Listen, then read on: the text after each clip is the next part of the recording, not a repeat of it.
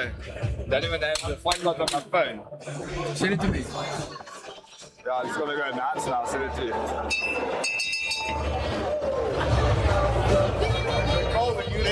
Yeah, I'm gonna go now. I'm just sending in the card.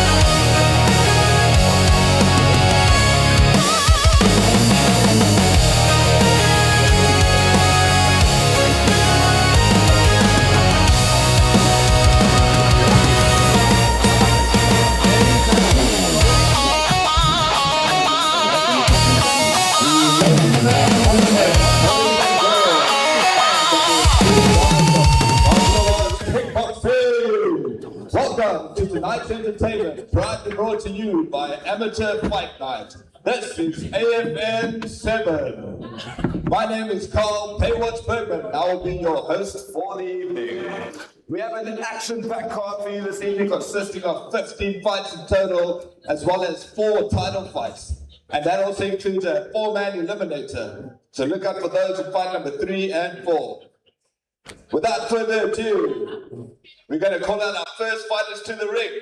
Introducing to you first, fighting out of the blue corner and representing Raptors MMA, please welcome Louis Duprier!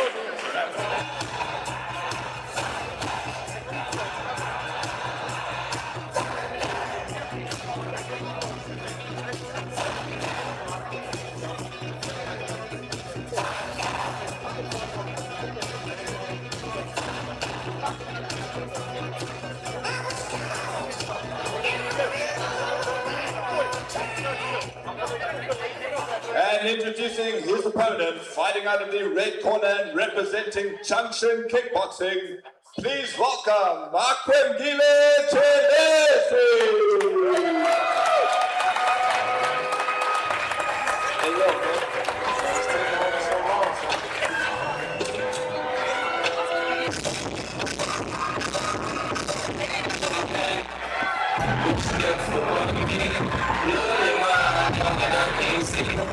I'm trying to be the best in the game. Trying to take my life away.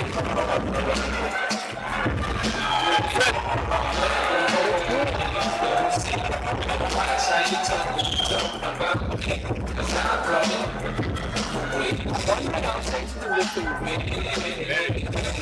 In fact, it's on the live stream right now, bro. Everybody can hear you. Hell yeah!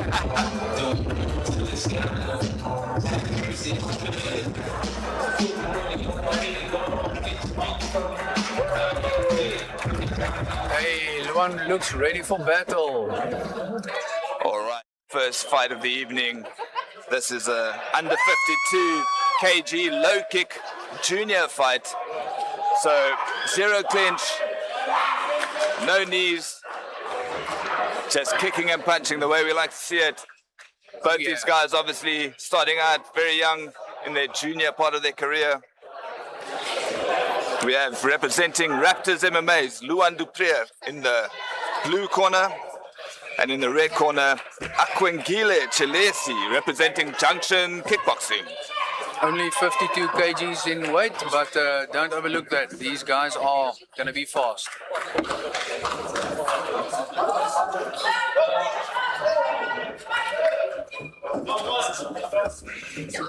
Referee does the final checks, brings the fighters to the center of the ring, and we're off.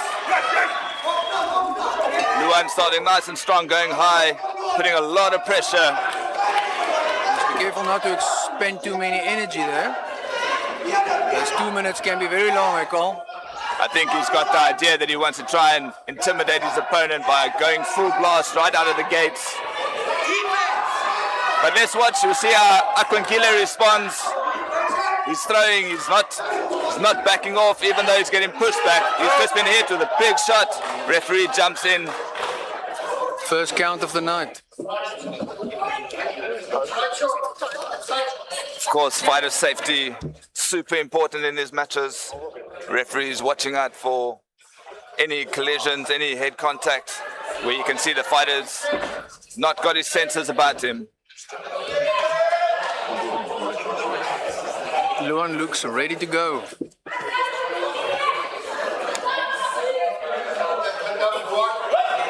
So for Akwengile, this is his 4th fight, but for Luan, looks like first time fighting his debut fight.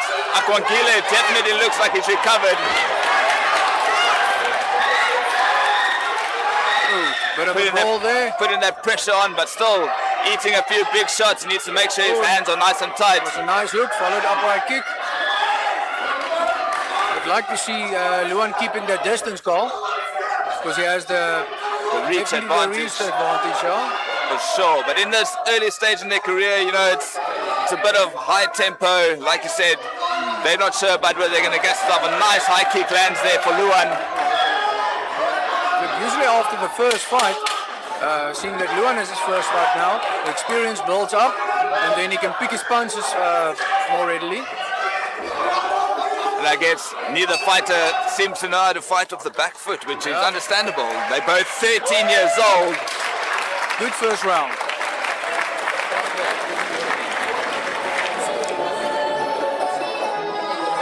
Guys taking a bit of advice from their corners.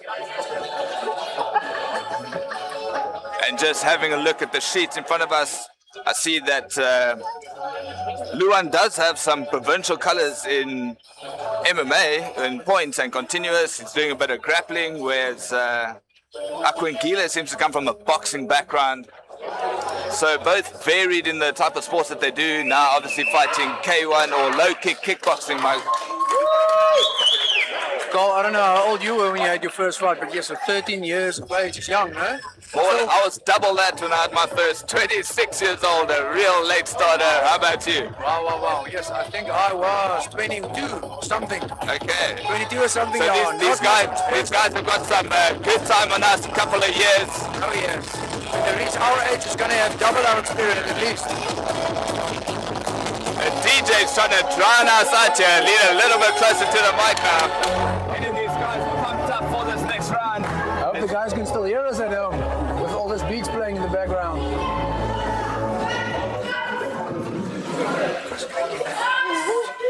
All right, referee's got us ready to go. Both guys seem a little bit cautious now, and that goes straight out the window. Akwengile with the boxing background definitely putting it to use here. He definitely wants to establish his dominance in the ring now in the second round. Coming out a bit better than he did in the first. Referee calling for the clinch that happened there in low kick kickboxing. They're not allowed to clinch each other, not allowed to knee. It's all boxing, all kicking.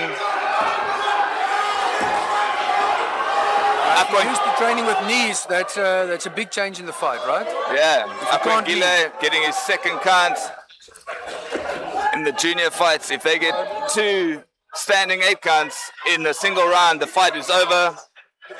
Okay, the referee seems to be rather telling the corner not to bang on the edge of the ring. There wasn't an 8 count there. But to complete that thought, if they get 2 standing 8 counts in a single round, that's the end of the fight. A total of 3 standing 8 counts allowed. No count so far. Both guys still very much in it, Cole. Akwangile back up against the ropes now, taking shot after shot, not returning. Referee's going to jump in here. He's going to save that second TKO, that standing count there. He's going to check if the fighter is willing to come out and face his opponent again. And he's called it. Akwangile not looking his senses there. Luan goes in and takes the victory by a TKO. Which I had enough.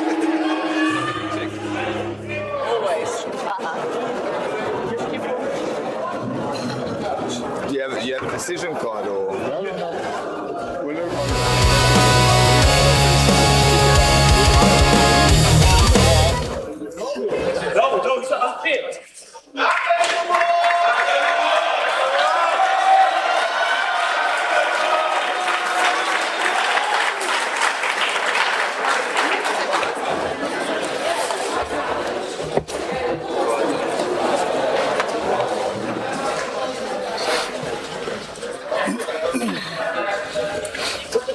Ladies and gentlemen, this fight sees its conclusion in the second round by a referee stoppage with your winner, Luan Dupré!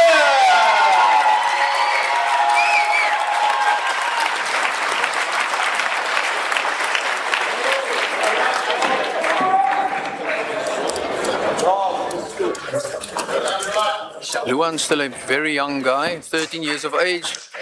A lot of time to build some experience. I'm sure he will be much, much better in the second fight.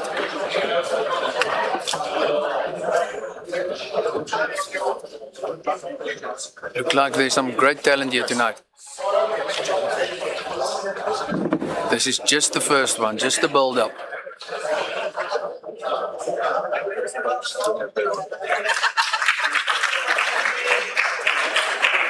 We move on now to our second fight of the evening. This one is an under 57 K1 matchup. Introducing to you first, fighting out of the red corner and representing Junction Kickboxing. Please welcome Tony Sikula.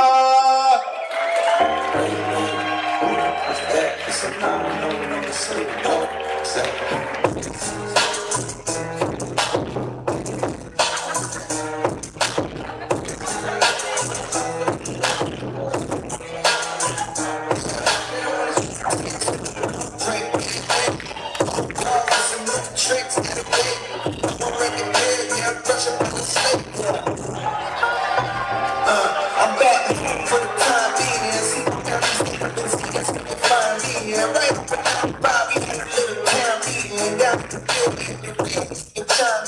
Now we don't mean that you got people meeting to step away all your clients that don't mind seeing. Now we're real and you see how what the fuck you do. We from back way in Atlanta, but we snuck on through. I had a plan put on a letter.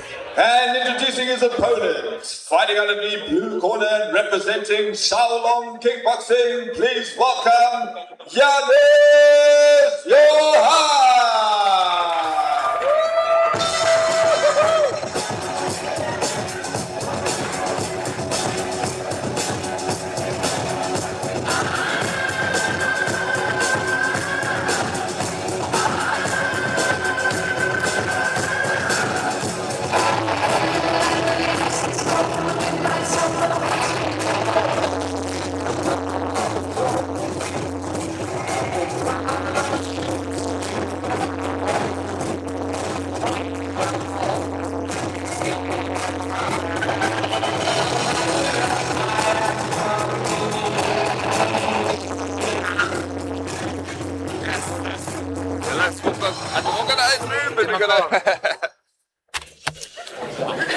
All right, stepping up. Second fight of the evening, this one under 57 kg.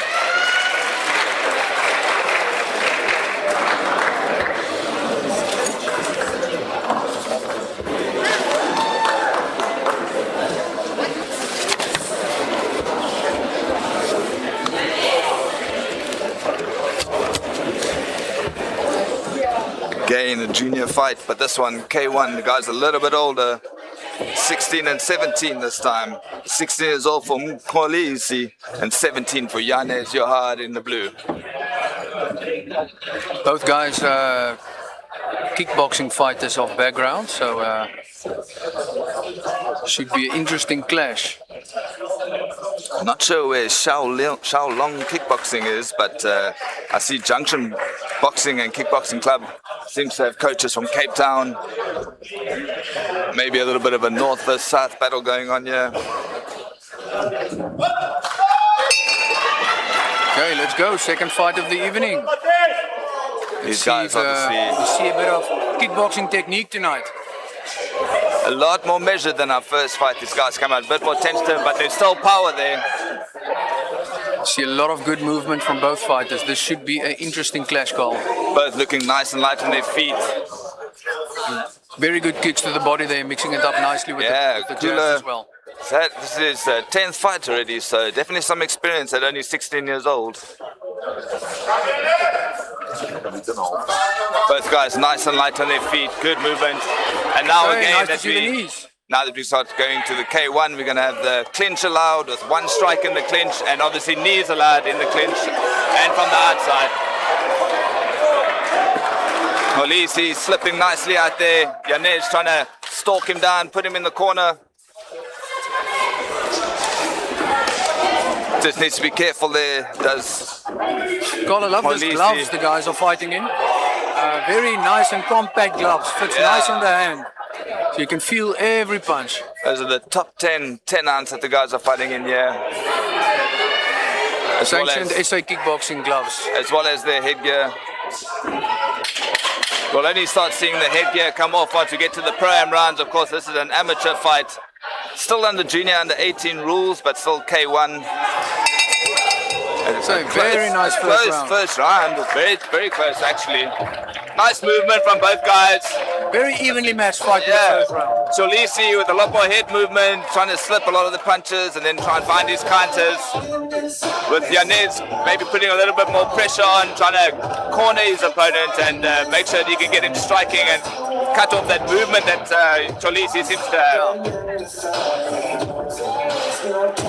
I would like to see more clinch work, you know, when they are backed up in the corner against the ropes. You go to the knees more often, and then maybe breaking after that. I'd like to see that. Yeah, that can go both ways. You know, if you're on the ropes and you're trying to stop your opponent from pressing you, you can clinch up. But also, if you want to keep your opponent in place the way that Yanez seems to want to do and stop him from moving out, clinch up in the corner, make sure you land your strikes. Of course, they only get one strike in the clinch and then the referee will either break or they will release themselves. Referee Nicholas Radley It's what's getting so us important, underway. Cole, that the guys know the rules beforehand, you know what they can and can't do, and use it to their advantage. For sure, and they get every opportunity to do that in their briefing, ask any questions, the rules do get explained to them. Nice long teep there from Cholisi, working from range, working from the outside. Nice snappy kicks. Just needs to be careful with his hands. We mentioned earlier how he likes to bob and weave. Just needs to be careful he doesn't catch a knee or a kick. Nice side kick there from Yanez. That's what we said. He tried to catch him in the corner. Referee steps in for a standing 8 count. Sends the blue corner to the neutral. Remember, only 2 8 counts in a round, and that's game. Molisi should start to move, not get back into the corner. Yeah, and Keep this also fight going. he likes to move off the back foot, but maybe he needs to strike at the same time, even if he's not connecting. Yanez is putting a lot of pressure on him, so moving back, you can't just go and get caught by a strike. Move with a strike.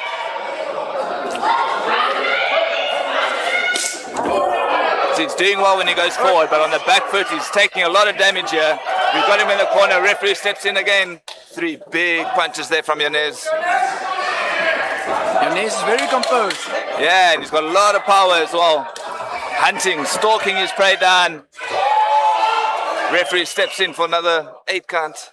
Sends the fighter off to neutral corner. It's the end of the round, but we're still going to complete the count. And the bell saved him. The count will be completed. Still the count needs to be completed, yes. Of course, it gives the referee an opportunity to check.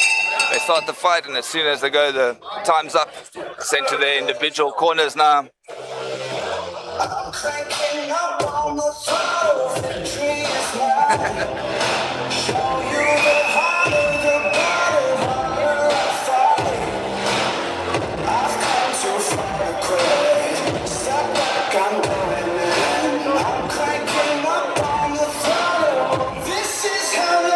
Both corners very animated with their fighters. You can see in the red corner, definitely looks like they're talking about defense, whereas in the blue, they're saying, keep that pressure on, keep walking forward, keep on stalking him and walking him down. Well, I must say, I like Yanez's style, you know. See, Yanez was also took gold in SA back in 2025. Okay, cool. So he has some experience under his belt for a young man. Doing very good so far.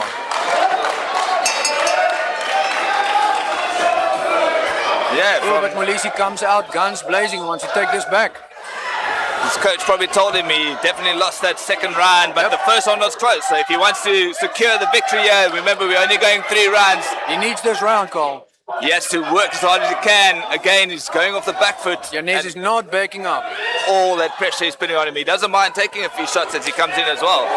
Big shot there, big kicks. Again, got him up against the ropes. Referee steps in for the third 8 count. I'm not sure if Holise is going to want to continue here. He looks done. He looks done.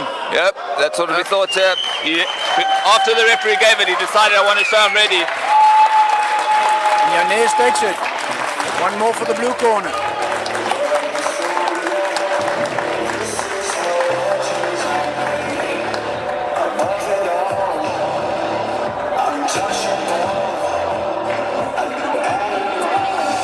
This is how legends are made.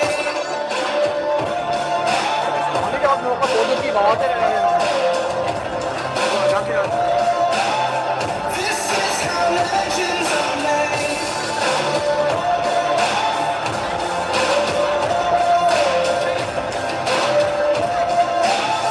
This is how legends are made.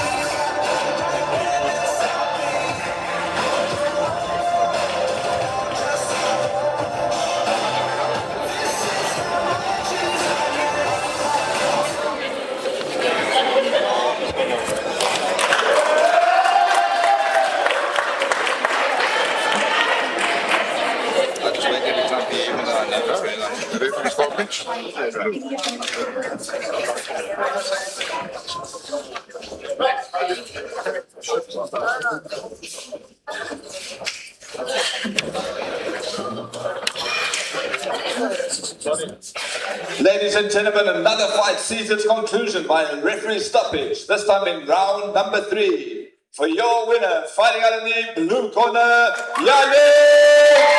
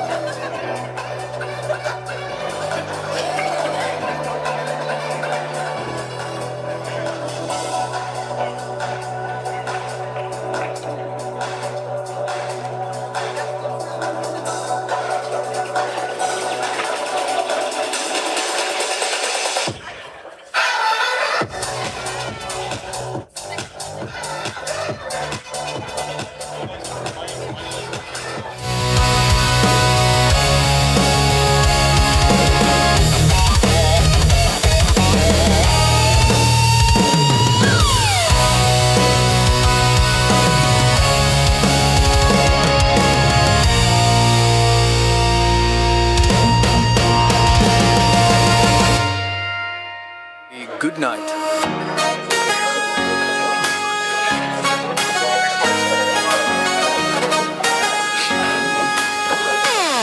Let's go, fight number 3. My man Carl Bergman. Ladies and gents, we now move on to one of the main events of the evening.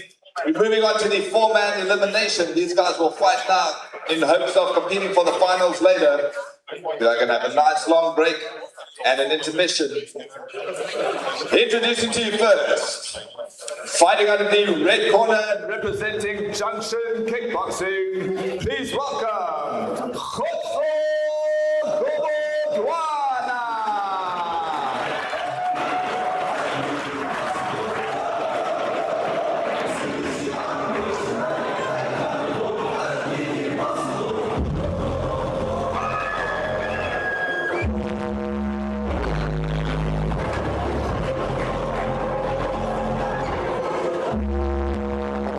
Just 18 years of age, fighting out of Junction Kickboxing. Also some nice experience under his belt.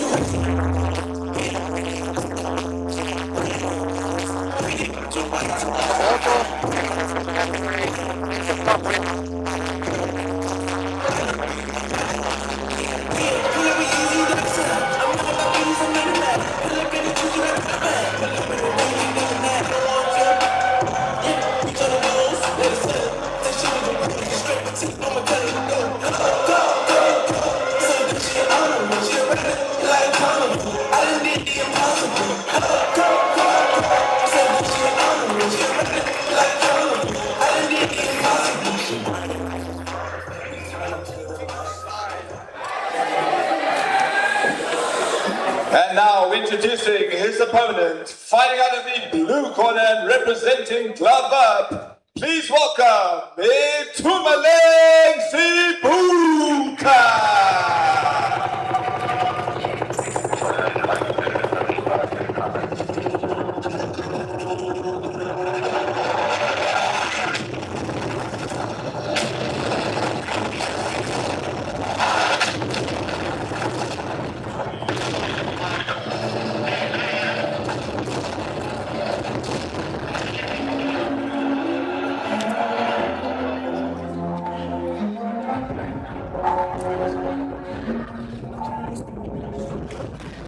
Ready or not, here I come. You can't hide.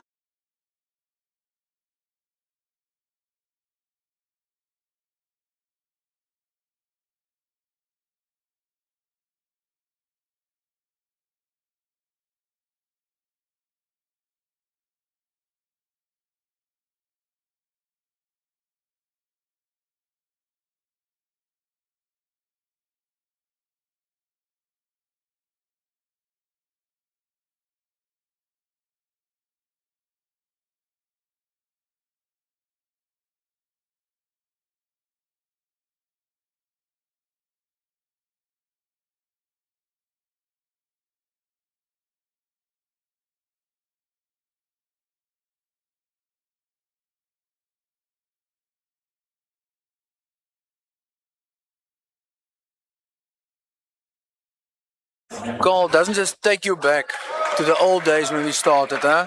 Me and you fought 3 times. I think you were the only person that I fought with more than my wife. Well, I definitely didn't fight you as much as I fought with my wife, so it's no contest there. Of course, we now move on. This is a super am bout. That's why the guys have no headgear. This is a 4-man eliminator to compete for the Corsa under 67 kg K1 title inaugural. A lot of experience between these two guys, Carl. Yeah, you mentioned that Itumeleng is undefeated in 8 bouts that he's had, but Khotso's no slouch. He's got a 10-3 record in kickboxing. He won the Winter Cup in 3 different categories last year, and says he likes to drag people to deep water. A little bit of a Max Holloway reference there as well. And let them discover themselves, I might add. Let's see how this goes. Can see already, guys, quite experienced using range. I'm sure both fighters will discover each other tonight, Carl. For sure. We're gonna get a little bit of power in there. Obviously, whoever wins this one has to go on to fight later again in the main event later tonight. So they run the risk, of course, of putting it all out there now to try and get this first win, but then they might come up against an opponent later who didn't have to put in all that much work. So we'll see how this goes. Khotso doing really well, keeping his opponent at bay. Tumaleng, oh, some big punches, nice combination. 1, 2, 3 lands clean on the chin. Also very nice teeps from Khotso there. It's definitely coming to take that O from the Tumaleng. Sibuta, very nice finishes with the leg kick there. Like what I see there. Also a lot of composure, Cole. Yeah, I like the composure, stalking each other and then firing when ready. Yeah, that's the experience showing. Oh, a big knockdown there. The first one rocked him a little bit. Referee jumped in for a standing count. It looked like a bit of a slip, but that first shot definitely rocked him. You could see the referee was about to step in, and then a big shot came through. Always safety first. Ref needs to look out for the fighters. I'm really enjoying Khotso's composure in there. You know, he's swinging a little bit wild sometimes, but he catches himself as he does that. He sort of realizes, okay, I need to get back to the basics. That 1-2 straight down the pipe like that. Big shots, lots of power for a 67 kg fighter. Tumaleng maybe a little bit rattled, needs to find himself again, just compose, maybe start looking at backing off, using the teeps. Whereas Khotso, all pressure, all gas, and looking very good in there. It'll be interesting to see who gave him those 3 losses. Would have been someone quite experienced, I'm sure. And that's round number 1. Super fast-paced round. Of course, we had a standing 8 count there, so the advantage in this case in round number 1 goes to Khotso Kobodwana, only 18 years old, fighting out of Junction Kickboxing in Cape Town.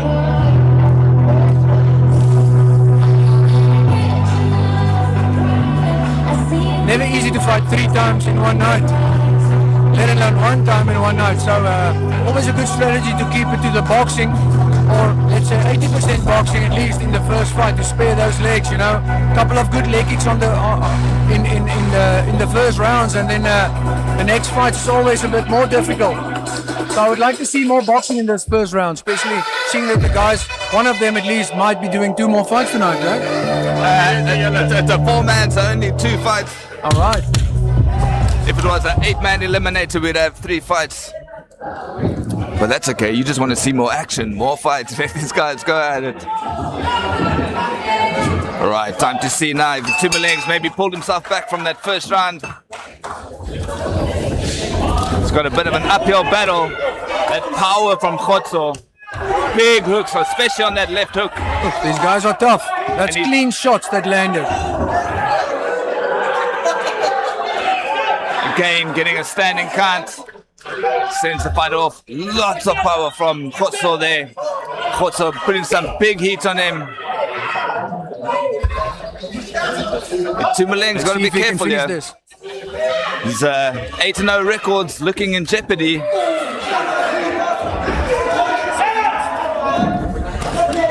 Those big shots. Very good Khotso. Combinations, finishing with the leg kicks there, and a nice body kick slips through. I think Tumaleng needs to be very wary of stepping in the way he is with his hands, you know, very far forward. That's a big shot, and he drops him. Referee calls the fight. That's a KO victory for Khotso, moving on to the finals later this evening. 1 for the red corner.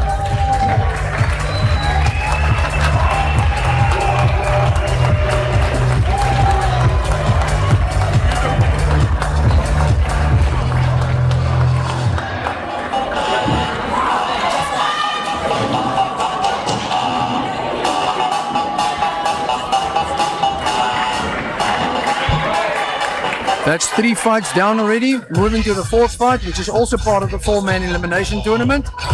Rise Hussein out of the blue corner, 67 kgs. And Vincent Chisembi out of Junction Kickboxing. A lot of fighters out of Junction Kickboxing this evening. Looking forward to a promising one.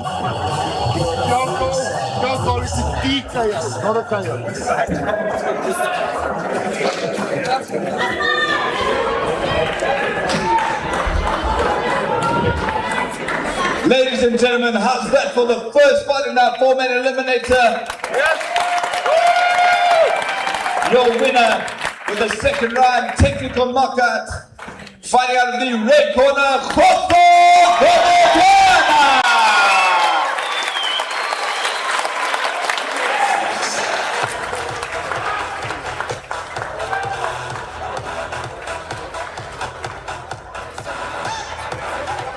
Ladies and gents, we're just going to take a 5-minute technical break for the fighters in the back before we bring out our next 4-man eliminator fight.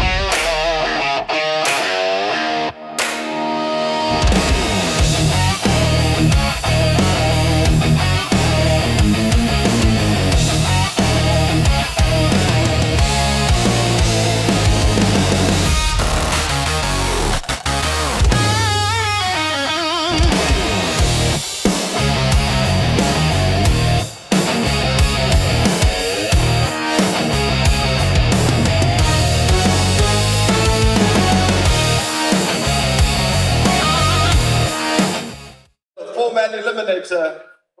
Introducing to you first, fighting out of the red corner and representing Junction Kickboxing. Please welcome Vincent Tusembe.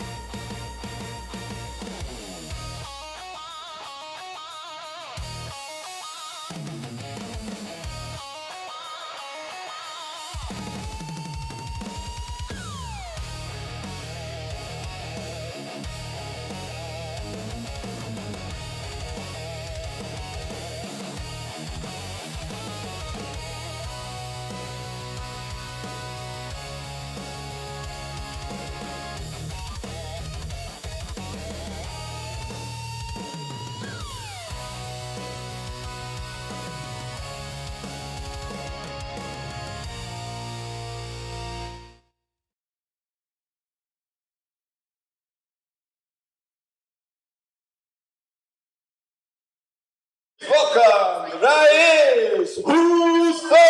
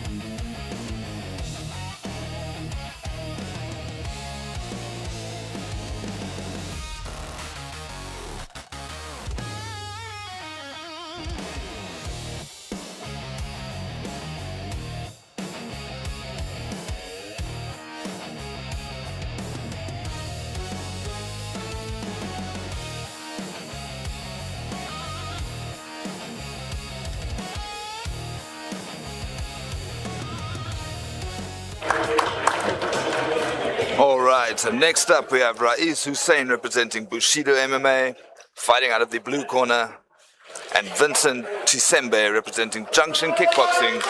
Khotso Gobodwana's teammate, I'm sure they've sparred together. He's fighting out of the red corner here. Both these guys with good experience. Rais with a kickboxing background, and Vincent says he started boxing in high school, then he joined after he left school and started kickboxing. So look for him to have some good punches. His teammate definitely had some powerful shots ringing out in that first fight. Again, these guys looking for that contention of the 67 kg belt later this evening will be the main event. Had the pleasure of watching Rais in a former four-man at WKS World Kickboxing Series, and yeah, high-tempo fighter, lots of good clean strikes. So I'm looking forward to seeing what he brings here today. Haven't seen Vincent before, but I'm sure also going to bring some good heat there. I see he's won the Winter Cup and was a finalist in last year's Winter Cup as well. He comes straight forward with his hand out, pushing the pace early on. Rais catches him with a big left hook there as he gets pushed back with that teep. Spinning back, first attempt, and a big knee there from Rais. Vincent needs to be careful not to rush his opponent. Just because he might have been rattled early on, he's definitely got a big power advantage from what we can see here. Vincent looks a bit hurt, Carl. You might get a warning there for that spinning almost elbow. The referee just warns him there, of course. Elbows not allowed in K1 kickboxing. Nice Right, switch. he's very technical. Yeah, very nice technical, switch mixes up into the punch. Works his big knees. Also very clever. Breaks off the clinch, hits his knee, clinches again. Actually He likes lands his that spinning back fist. Yeah, he lands that spinning back fist there. Barely grazes the chin with that head kick. Vincent needs to just be careful. The way he's coming in, his hands are dropping. He does have long, rangy weapons to use. There he steps straight into a big straight punch, and then another hook follows that. Vincent looks a bit dazed there, Carl. Yeah, I think he got caught a little bit, and definitely eating the more powerful shots in this first round. Oh, a big spinning back fist lands square in his face. He's definitely a bit rocked here. You can see his body's actually going a little bit limp in the clinch. He's got a good poker face though. Comes back forward again. Walks into another barrage. Needs to keep his hands up. Definitely. Raiz looking very composed. Oh, a nice axe nice kick hook from the kick. outside. Also, jumping Superman into a big left hook. He looks at the referee. Of course, only one strike allowed in the clinch. Another spinning back fist lands. I think we've already seen about 5 or 6 spinning back fists from Raiz. Now Vincent needs to figure that out. Watch and see when it's coming. And maybe not be Another one. rushing forward. He's calling for a possible elbow there, but obviously if he's walking forward, he's shortening that distance and is likely to catch an elbow off a spin and back fist, which initially starts at range, but he's just sort of lunging forward. Vincent's Maybe a bit attack- safe by the bell there, Carl. Maybe good for him to rest a bit and take some advice from his corner. But I really think he needs to keep his hands up, you know. Watch out for that spinning back fist, because that's the main weapon of Reyes now. Yeah, and he definitely seems to have a chin on him though. He ate some really clean shots there, including multiple spinning back fists that just kept going, you know, so that's good to see, but he was a little bit wobbly after 1 or 2, so, you know, that's a weathering.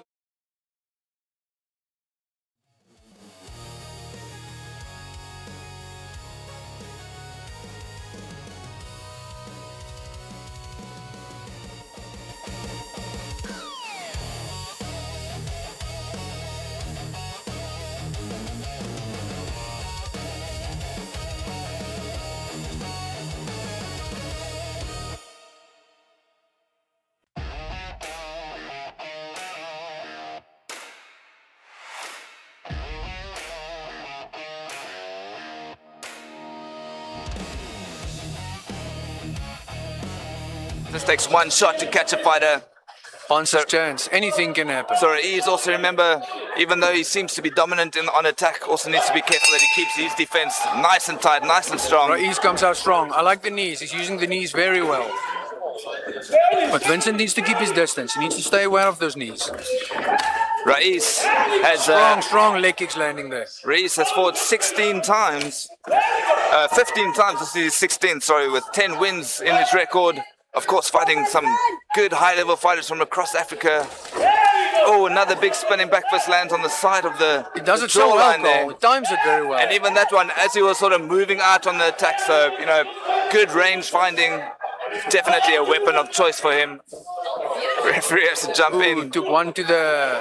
Of course, the referee needs to basket there. decide if there's actually a groin shot. The fighter doesn't get to call that. Oh, nice big looping hook there from Vincent. He gets shoved off back into the ropes. Nice knee there. Timed well, but unfortunately lost his balance there. Vincent's corner shouting that he needs to go to him. I think that's what he's been doing all fight, and that's what's been getting him caught every now and again. So if he is going to rush in, keep those hands up, stay tight, stay technical, stay sharp. The exact thing that Raiz is doing, staying tight in defense, and big shots raining down from him. He looks for a big looping overhand there. This time Vincent's hands are up. Raiz definitely on the upper hand now. Another looping overhand. Luckily his You can hands was find up him on there. the right there, also moving around in a very boxer style. The referee steps in to count. Vincent's corner just telling him to relax, find some composure. All right, he's ready to go again. Like we said, he's tough. He can take a lot, but you know, as the fight goes on, he needs to be more and more careful. He's just rushing in sometimes. Vincent should definitely not rush that much. Because he's eating a lot of...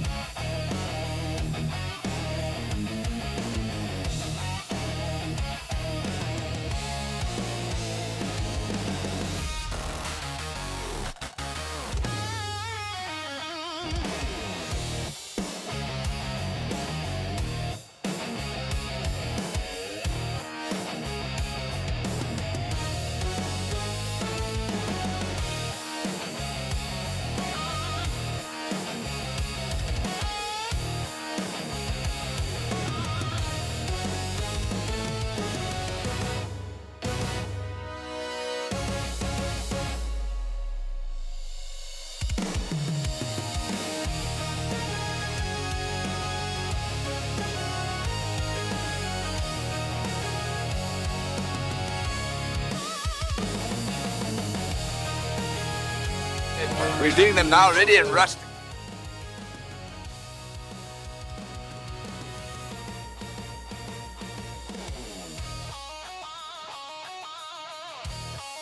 Looking good, looking composed, nice and fresh still after the 2 rounds. He must know he's 2 rounds up, Carl. So I mean, going to be interesting to see if he's going to take it easy and ride it out, or if he's going to go for it. Maybe go for the knockout. Yeah, it's definitely something that, you know, you got to consider the fact that you're going to be fighting again later. At least the guys do get a nice long break. Catches him with a nice low kick and a left hook combination there. But with this fight, it can end at any time, Carl.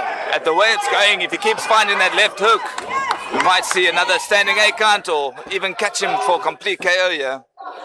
But Vincent definitely got a second breath there, Carl. He's still in it. Very He's much in definitely it. like the same as, you know, in the first 2 rounds. He keeps coming forward, but while he's doing that, his hands are very low.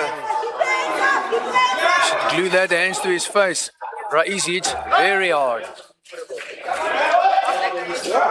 Also a chance here as the fight slows down in the round for Raiz to catch his breath. You know, as you said, he is up 2. Does he want to finish it early? Does he want to ride out the win on this round?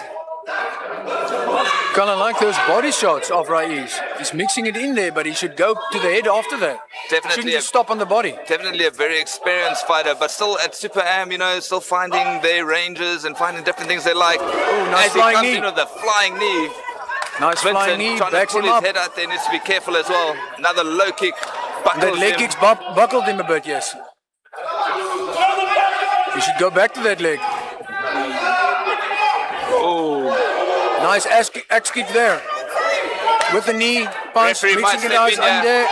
yeah, referee stands in for the second count of the fight, first of this round. 30 seconds, boy. 30 seconds. You got 30 seconds to go. 30 seconds to go, Vincent. 30 seconds. Okay, Vincent says, give me another chance. Let's go. Nice one to the body of Raiz.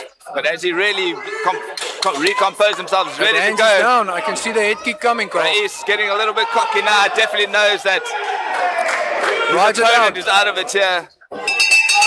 Nice fight there from these guys.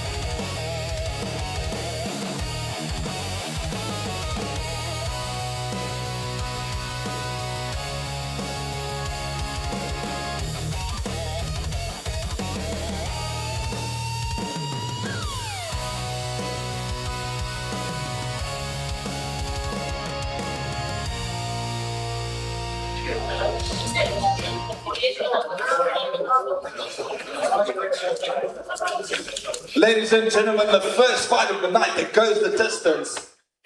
The judges have a decision for us. It's a unanimous one, with your winner fighting out of the blue corner, Raiz Hussein. Excellent technical display there of Raiz.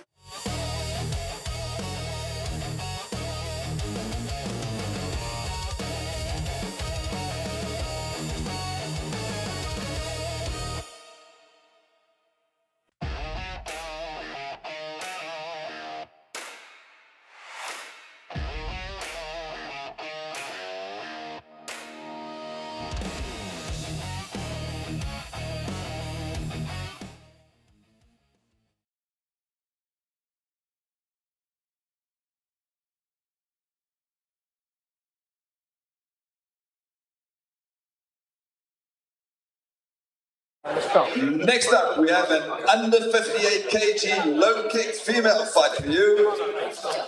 Introducing to you first, fighting out of the red corner, representing Kakastorp Kickboxing. Please welcome Leah Grace Kerika.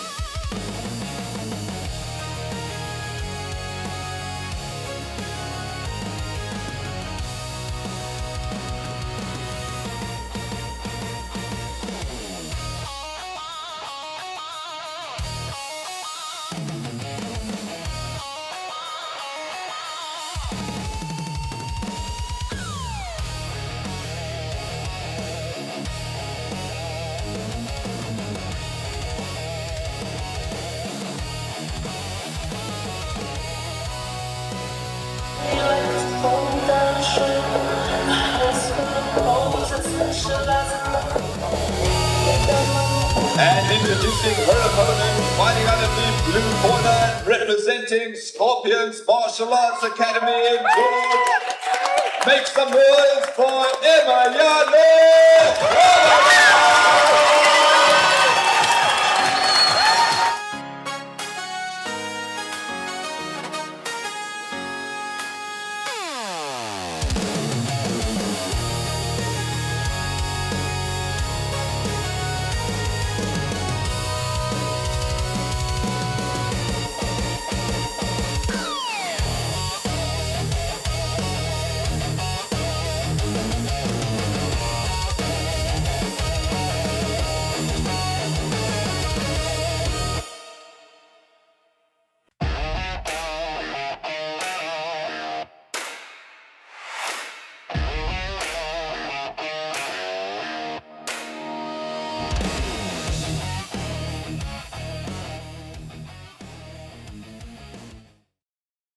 All right.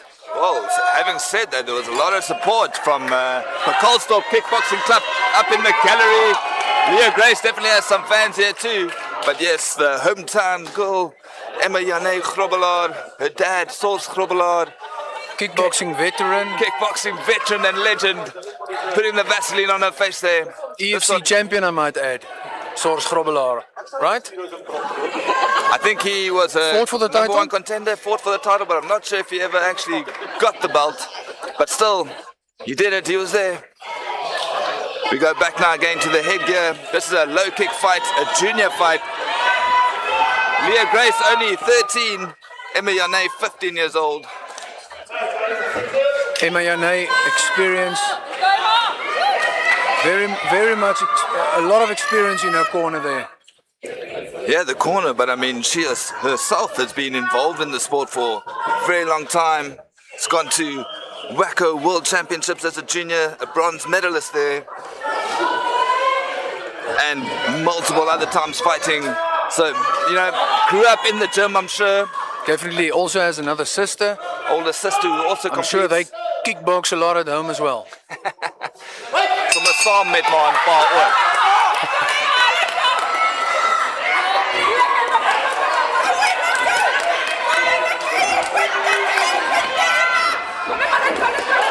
You can see that immediate point style, that footwork that Emma Jane seems to use there. Side kicks, lots of them. Even though she only has a 2-1 record, she has a lot of experience in training. Yeah, of course. Fighting different kinds of sparring partners. And So a lot of also experience there. the 2-1 record for her low kick, you know, as a junior, but very experienced as a points fighter. Then again, Leah Grace, also no slouch. She's a regional and national gold medalist, represented South Africa last year in England,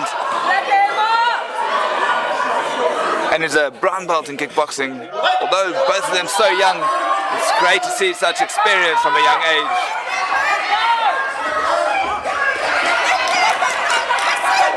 Both girls getting in, landing those shots, making space. No clinch allowed in low kick, but their gloves just getting caught there. Leah Grace trying to move away from the more rangy opponent, throwing those Very nice movement. looping kicks. It's a big shot there though. Oh, very It's a good hand straight shot. side. Referee stops it for the first count. Turning around there in the fight, forcing the referee to jump in, not able to defend herself properly there. And Emma Jane putting a lot of pressure and a lot of power on, forcing her way there. Emma shouldn't overdo it now. Grace is still very much in this fight. It's the end So of 2 round rounds one. left. End of round one, we had a standing 8 count there from the referee.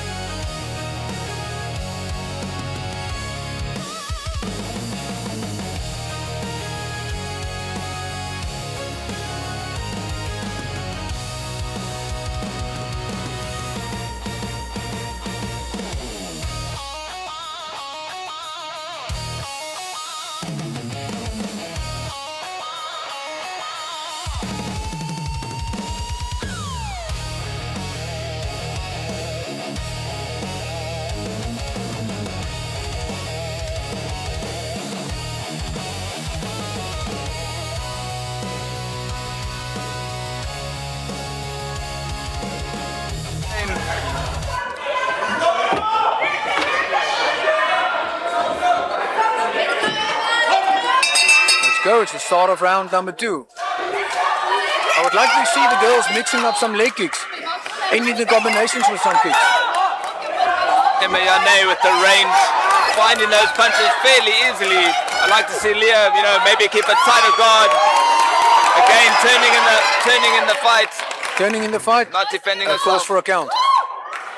But she says she's ready to carry on. She needs to try and face forward. This is a big step up, moving from different kinds of contact sports points. And then, one touch there and the referee stops it. This is, multiple shots. You can't just turn your back. Very dangerous for the fighters. Yeah, look, safety always comes first. The ref needs to keep a lookout for both athletes. And obviously when you turn your back, you're not intelligently defending yourself. So the ref needs to step in there. Emma Yane mixing it up nicely with a bit of that taekwondo style kickboxing, sideways, looping back heel kick. Lots of movement. Leah Grace just needs to stay composed, work her way in. She's not going to find her strikes from the outside. Mixed in a nice side kick in there, Carl. You don't see much of that in kickboxing. For sure. That's the point style coming through. She needs to be careful with going in with the hands down. There she hits a big shot as she comes in. Another one lands. Emma Yane with a nice big body kick there as well. Referee's going to give a warning here. He's already given one. Okay, he's taking a point away for holding. Grabbing the glove of her opponent as she comes in. He did warn her a little bit earlier. That's why we saw a pseudo clinch happening here in the corner. Remember, not any clinching allowed in this naked fight. It's the end of round number 2. A closer round there, but again, turning her back.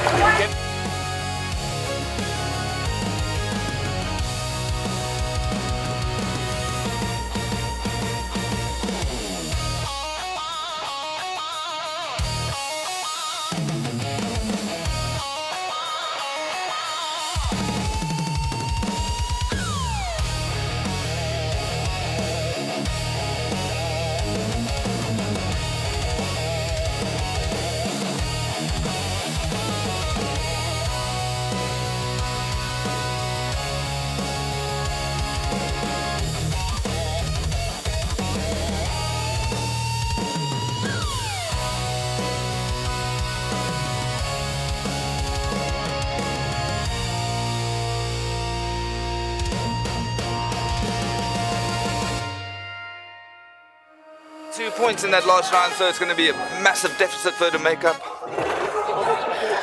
She would definitely need a finish to win. Grace, that is. She would need some grace, Carl. She would need some grace.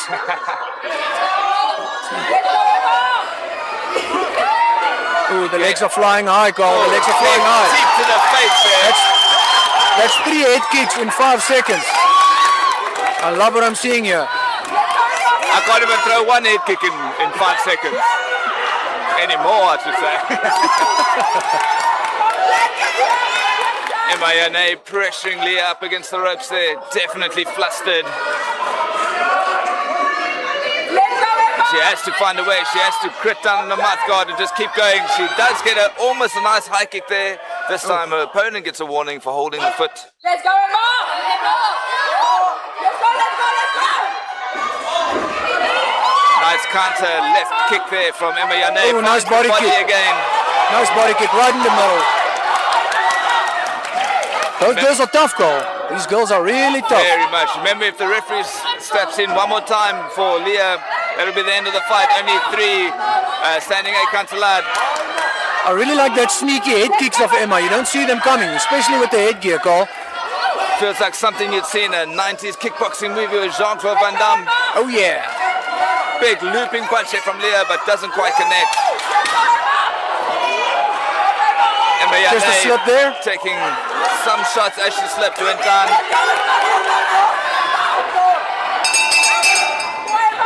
Let's Leah fight. gets one sneaky little last punch in there, but it's a hug to end it off, and well done to both girls seeing the rounds out. This one surely looks like it's going to go to the blue corner.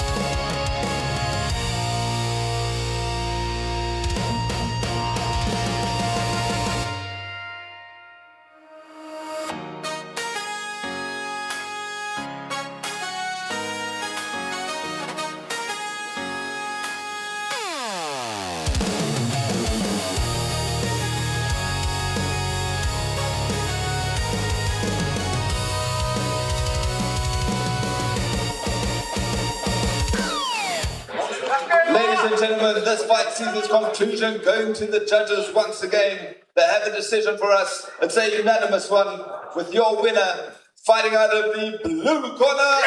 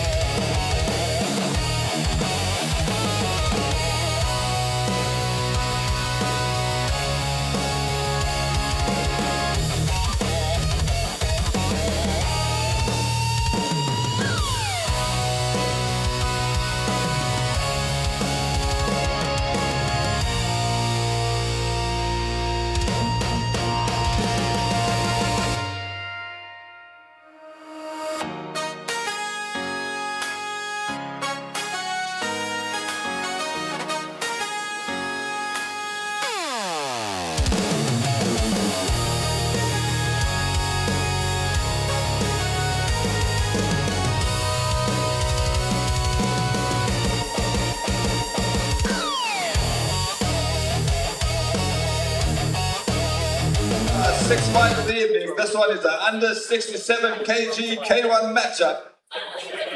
Introducing to you first, fighting out of the red corner and representing Mile High Kickboxing Club. Please welcome Mr. Badenhout.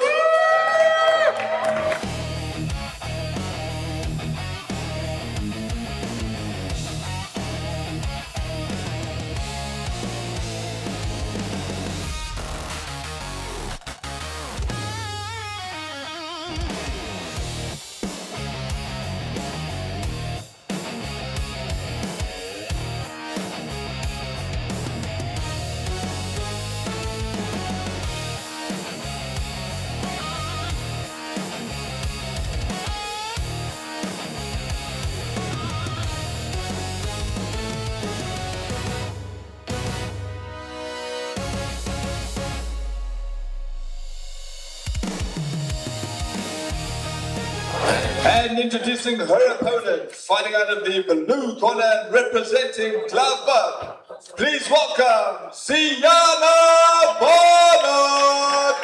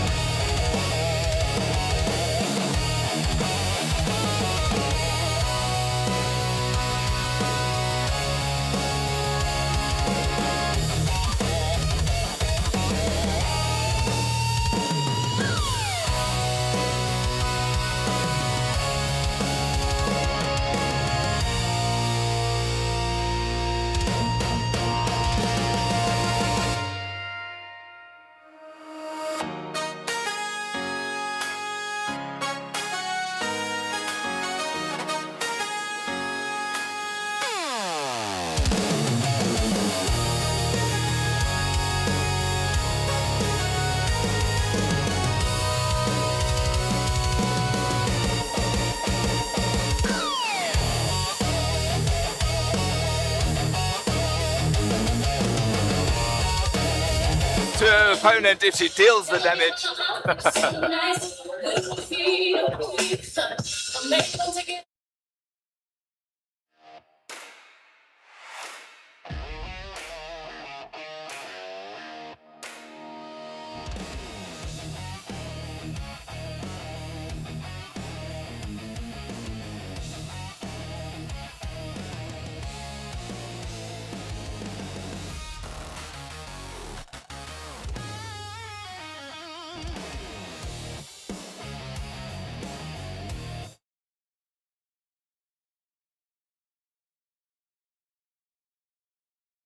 Away from home, all the training, you know, all that they go through, it's a lot. All boils down to this. Especially with both of these women, you know, starting out a little bit later from what we can see. You know, Ziana, she's a mom of 2 boys who said she got into kickboxing, you know, to get fit. Just get back in shape. 2 boys is watching closely tonight, I'm sure. Yeah, she said she's lost, you know, close to 20 kg since she started, so already a victory in my books. She's looking sharp, lands a big combination from the body to the head. There's a spinning almost elbow again there from Marista. Marista looking a lot bigger than her opponent. And Zaidnout is also mixing it nice up to the body. You can see every now and then a nice straight to the body. Working well as well, considering, you know, they consider themselves almost newbies to the sport, but definitely well coached. Both of them, their distance management is good, with a little slip there from Ziana.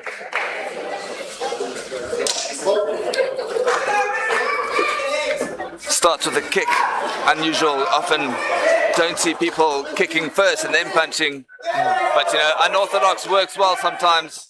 Marista looking maybe a little bit shell-shocked. She definitely has the range, so just needs to keep that, and some big power there. Ooh, a big spinning, slow spinning back fist that lands there.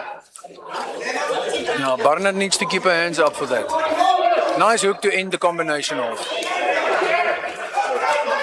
She's not putting everything into those leg kicks, Carl. Barnard needs to start off with the kicks and then end off with a nice hard leg kick. Tip to the body seems to have hurt her, but there she wins, and there's a big shot. I think that might have been an elbow. I'm not sure if the referee's going to judge this, but dropped Ziana there. I think it was a bit in the forearm, Carl. Yeah, a bit of a forearm side there. I don't think it connected on the elbow, but in the forearm. Still gets the count for it. Whatever landed was a big one. You know, we saw Ziana slipping down there, but she looks ready to go again. Nods to the referee that she's good to go. And still looks a bit wobbly. Gets us back on. The bell calls it there. I don't know if she heard the bell there. Maybe she was a little bit I think she's a bit dazed, Carl. I think she's a bit dazed. Of course, she has headgear on there as well. Often the guys don't really spar with headgear, which is, you know, a choice. Yeah. But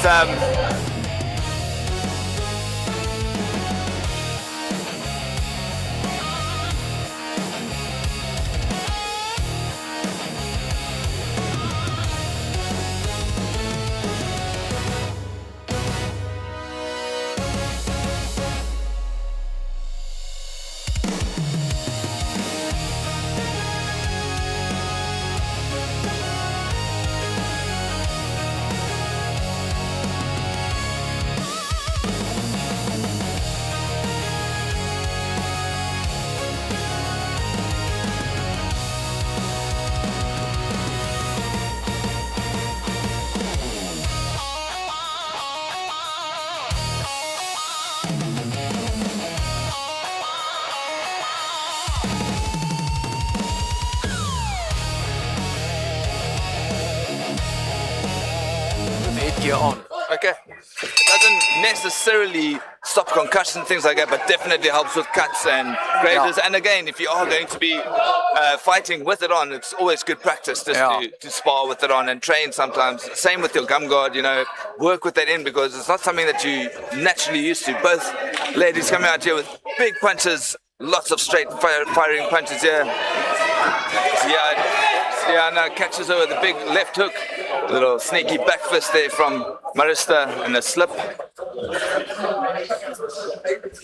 I would like to see more of the body work, Carl. Because Zaidnout has a lot of success thus far with the body body work. She should go back to them, but maybe just finish on top after that.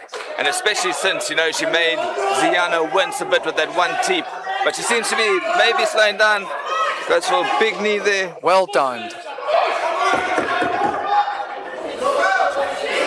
Bezuidenhout just really used that length reach of hers. Ziana does well as well to move in and out, you know, trying to avoid those long shots, especially as Marista's slowing down slightly, but she's still got the power. She's just going to take that one big shot. Nice leg kick there to chop the tree. And Ziana comes in with good combinations, but you know, as she's coming in, she's eating one or two herself, so it's a bit of a trade-off here. I would like to see Barnard maybe try and slip the first one or two of that initial especially straight shots and then come in with a hook or something. Especially since she's, you know, moving to the body, move your head out the way, get to the body and then come in. Otherwise, you are eating those shots. So she's landing one, maybe landing two, but then eating two or three on the way out again. Girls are looking a bit gassed now, and I like seeing Barnard on the legs now. She's both of them mixing some leg kicking now. She should go back to that legs, you know. Yeah, much tighter round here. I think Ziana sort of, you know, recovering after that first round wobble. And Marista sort of slowing down a little bit, pushing themselves really hard in that second round there.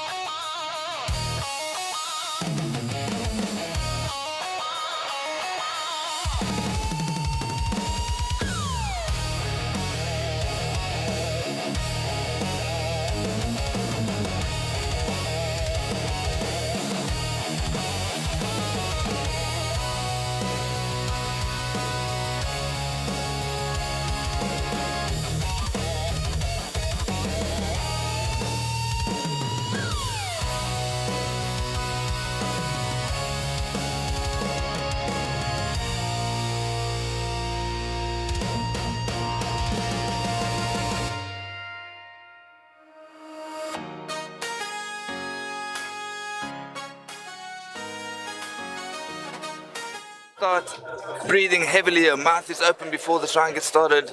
Got to be careful there. Bite down on that gum guard. Definitely fatigued, both ladies though. And as I say that, Ziana comes out firing just to make me eat my words. She's like, you think I'm tired? I'm going to keep going. She does have a gum guard in, but she's not biting down on it. She's probably struggling to breathe with that in there. Barnard looks definitely more the fresher of the two coming in this third round. Definitely. I think, you know, heeding her coach's words, saying to push hard in the opening bit of this round. Oh, nice hook landed there too. Both girls are very, very tired, but both very much into it. Seeing a little bit of a flurry, a little bit of a comeback here from Marista Bezuidenhout. Referee Saul Scribbler taking the time to warn the fighter. This is the second time about catching as well as using the elbow. Not the elbow, but just the forearm generally earlier. Nice looping punch there. She keeps catching with that left hook. Bezuidenhout needs to keep her hands up. Her mouth is completely open. She's getting hit left, right. And see, doing good body work as well. I would like to see her end off with a kick. Ziana Barnard working hard in this last round, looking for the finish, and she might find it here. Oh, Barnard definitely the fresher of the two now. Keeps catching with that hook. The referee might step in if she doesn't defend herself here. But she's still got some energy, enough to throw a kick, a knee. Not too much power behind those shots, but it's adding up, Carl. Barnard has a lot of success ending over that left hook. Just as I said, that the knee comes up from Bezuidenhout.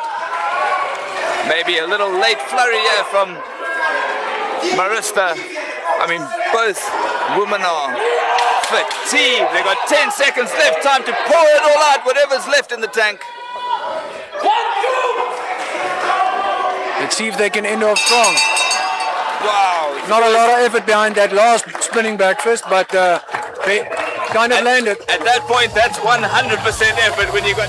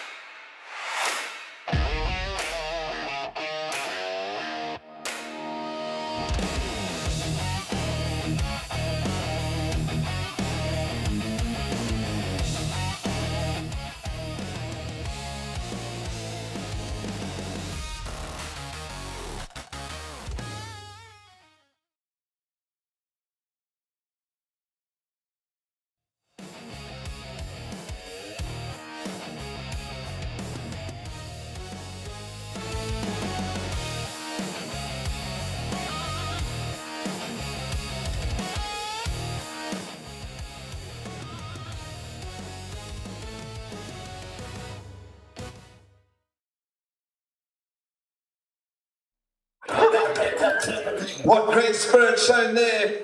Everything left out in the ring. This one went the distance. We have a decision from the judges. It's a split decision with your winner fighting out of the red corner, Mariska Bozino.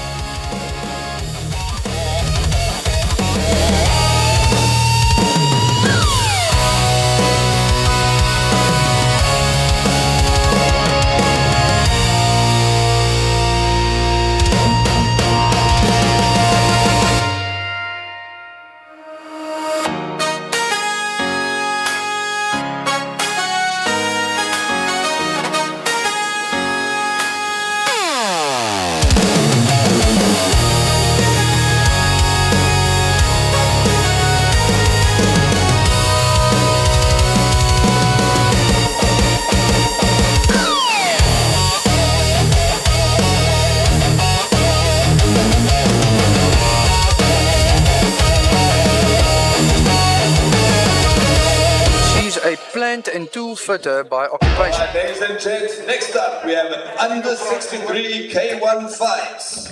Introducing to first, fighting out of the red corner and representing Scorpions Martial Arts Academy in Malmesbury. Please welcome AFN7. FC Egelaar, 23 years of age.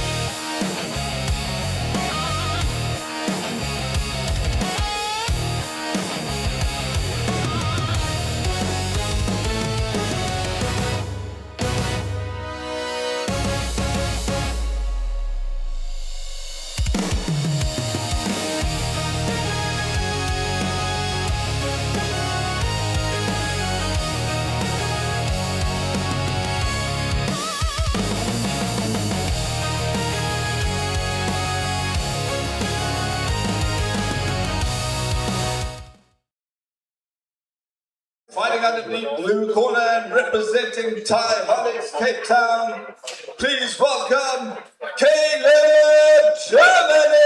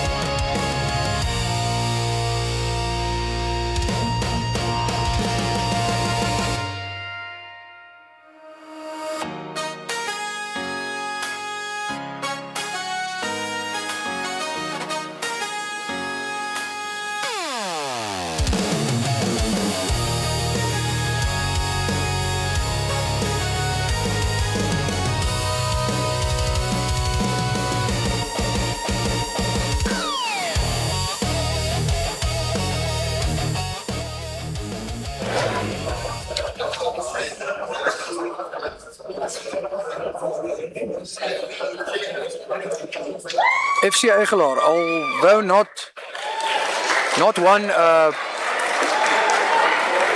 full contact fight to his name, still have a lot of low kick and light and continuous experience, seeing he was a two-time African champion, accounted by occupation. Interesting fact about FC Egelaar, he is a chess player.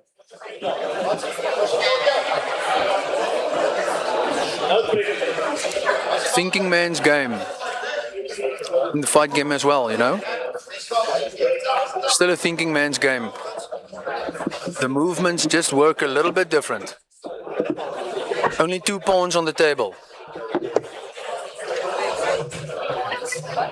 I'm assuming I just missed a little chess reference there from my commentary partner. As I said, Carl, FC Eigelaar is a chess player. Okay. That's his main hobby. Well, aside from kickboxing now. So Also a points and continuous fighter. 2-time African champion. Or South African champion. and looks like he's making his K1 debut here. Whereas Caleb, only a Muay Thai fighter, 1-0, also very inexperienced, but at the same time I've seen him fight.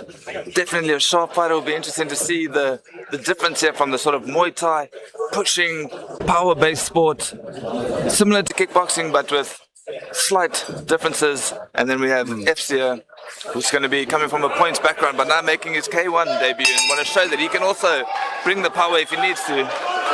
This definitely looks like it's going to be a cracker call. You can already see the pressure, the big shot coming in, the big knee as well there from Caleb. Looking very composed for a guy who's only having his second fight here. Needs to be careful not to load too much just because he's used to giving the power. Nice spinning shot there, lands on the glove of Caleb. Yes, so barely missed with that helicopter punch just now. FC just needs to be careful the way he's ducking down in the clinch as well as on the outside. He might accidentally be clipped there by the knee. He's definitely got the quick combinations coming from the points background. The 1-2 high kick he goes for. Oh, he dips down, his body eats a big knee. I see FC keeps on turning his body as if he looks for that spinning back fist. I guess also his footwork, you can tell, definitely like able to switch between the two, but needs to be careful the way he's bringing his feet together, lack of power on that back planting foot. Right, as you said there, the nice jab connects. Nice low kick there from Caleb, chasing his opponent down. FC responds in kind. I mean, he's definitely got a good speed advantage here, whereas Caleb's relying on that, those heavy shots that he's going for. Yeah, whereas Caleb is mixing it up nicely.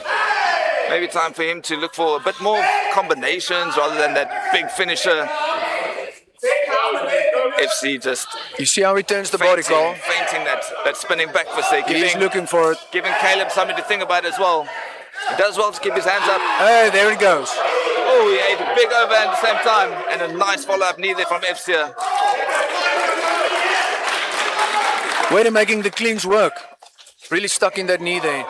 As I said there, he barely dodged that one. Dips out the way there. The guy's having a little smirk in the ring there. Something some of us fighters are known for, getting a little kick out of the kick.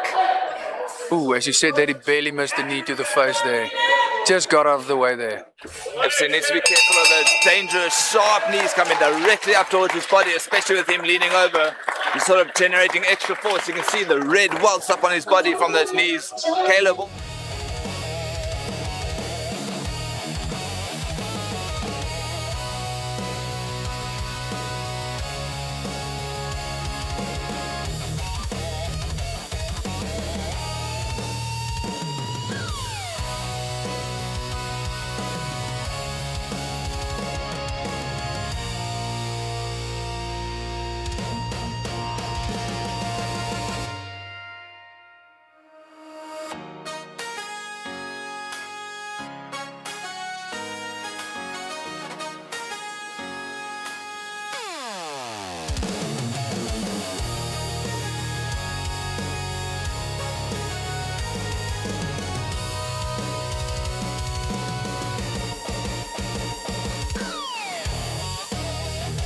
They've only had 1 or 2 fights. They're sparring with guys who are pro-am, sometimes pro, other really good amateurs coming out the ranks here. Yeah, so there's still a lot of experience being gained in the gyms with the sparring session. That plays a big role coming up to this fight.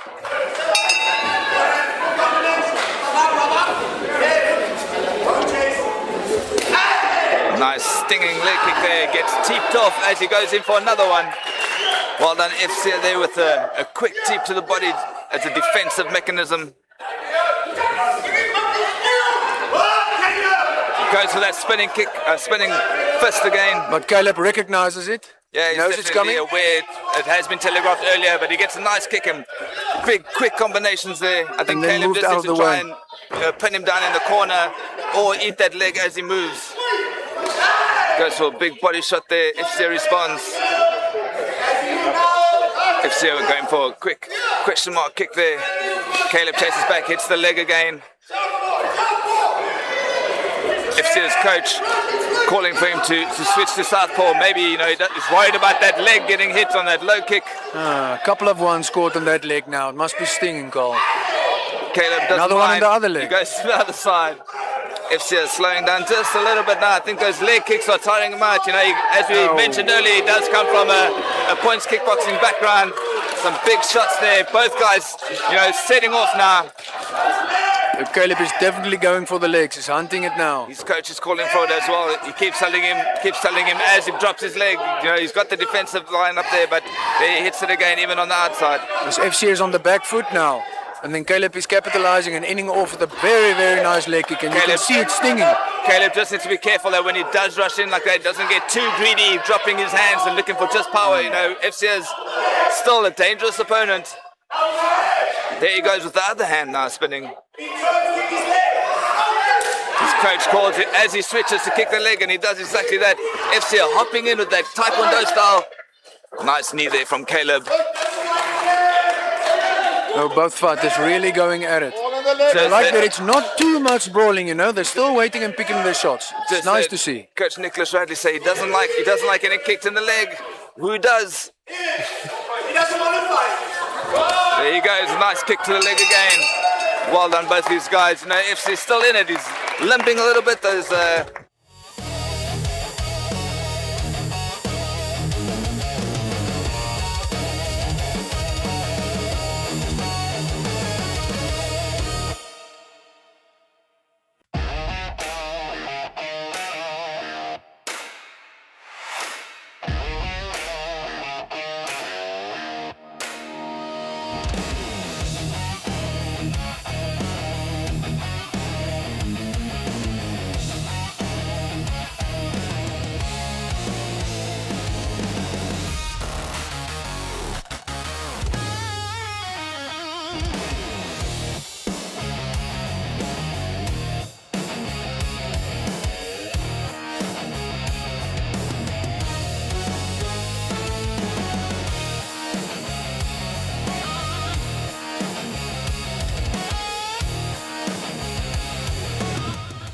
Guys from Martin Roodman from Scorpions, probably calling for it to make sure he gets it in the third round.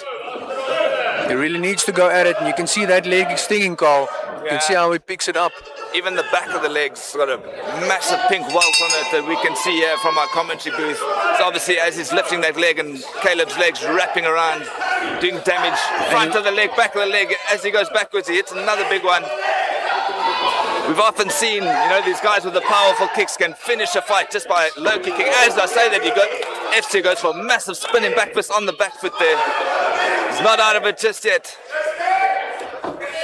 But he's flinching for those kicks. He's definitely afraid of that, the way that low kicks come. Gets both guys getting good knees in there. His coach telling him to move in, but he doesn't want to get in. He wants to keep the range. Ooh, the leg kicks adding up there, Carl.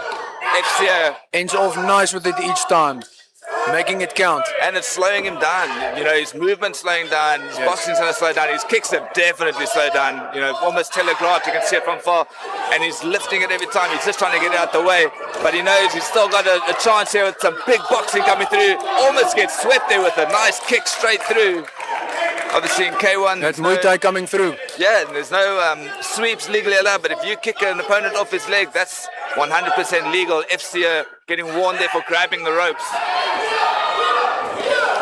Oh, he hits a big shot on the way out. FCA trying to keep at bay with the front kick there. Kind of desperately doing so. Caleb's coach telling him to set up the hands now. We've seen a lot of kicks from him. Maybe it's time for him to come and put the pressure on. Just got to keep his defense up at the same time. Just missed with that helicopter punch. Caleb kicking his back leg through, even though it's a low kick. A nice knee there. FCA doesn't really have an answer for those kicks at the moment. his coach is telling him to go in, but you know he's taking a beating on the legs. Every one of those sinking deep. It's not tap kicks. It's pushed right through, lifting his leg right off the ground there. Carl, that hard leg kicks when it lands flush, that leg gear doesn't really help you. It still comes through. For sure. You know, he's got his shin right behind this thin piece of mat over there. Well done, both guys, getting through that fight. Go to decision. What a nice fight to watch. Carl, go call it, my man.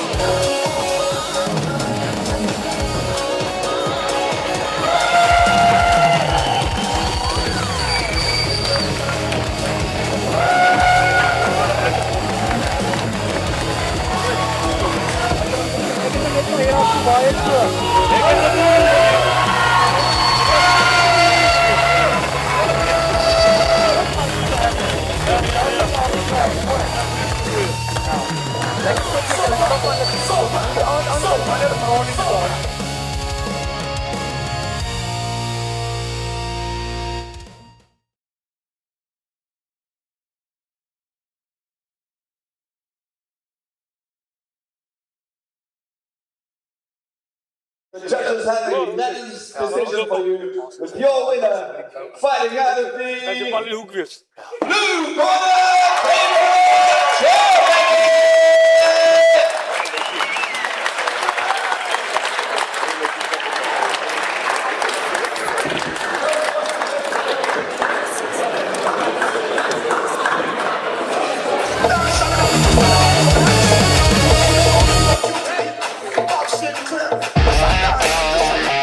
What a nice technical display of the boys here. Caleb.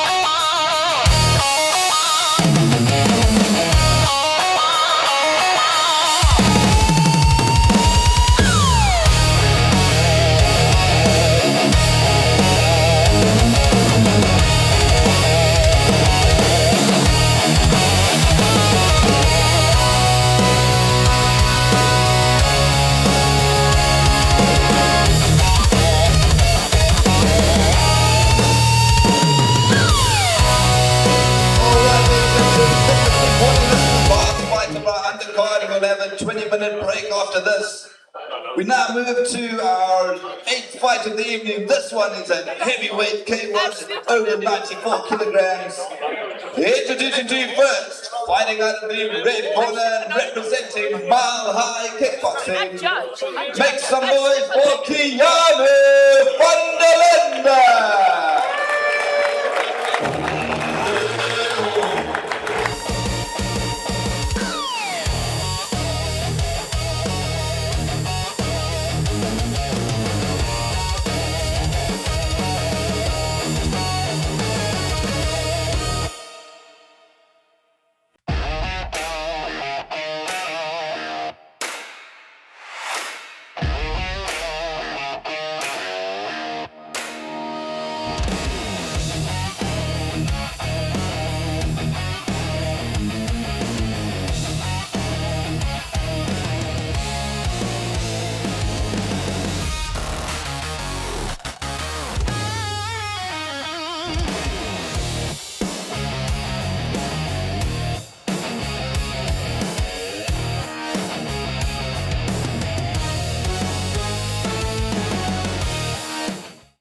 introducing his opponent, fighting out of the blue corner and representing Mayhem Martial Arts. Please welcome Arnu Selye!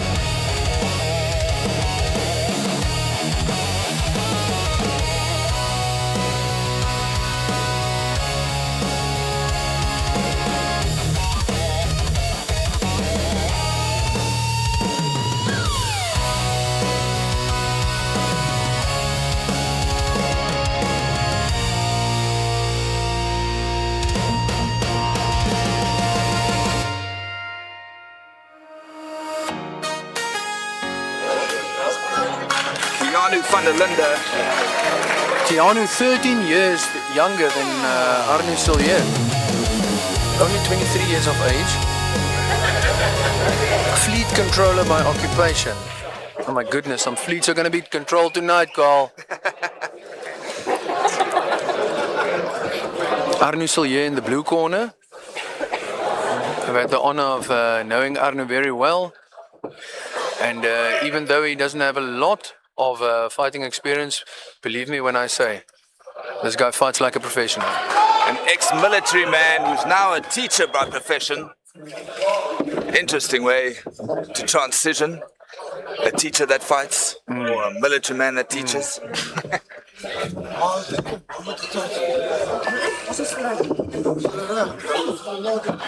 Keanu, I see, has also had some experience doing some white-collar boxing, so maybe look for him to have some heavy hands. Definitely got some big shoulders on him. Both guys walking around over 94 kgs. Keanu at 100 on the nose. This is some big boys, Carl. This is some big boys.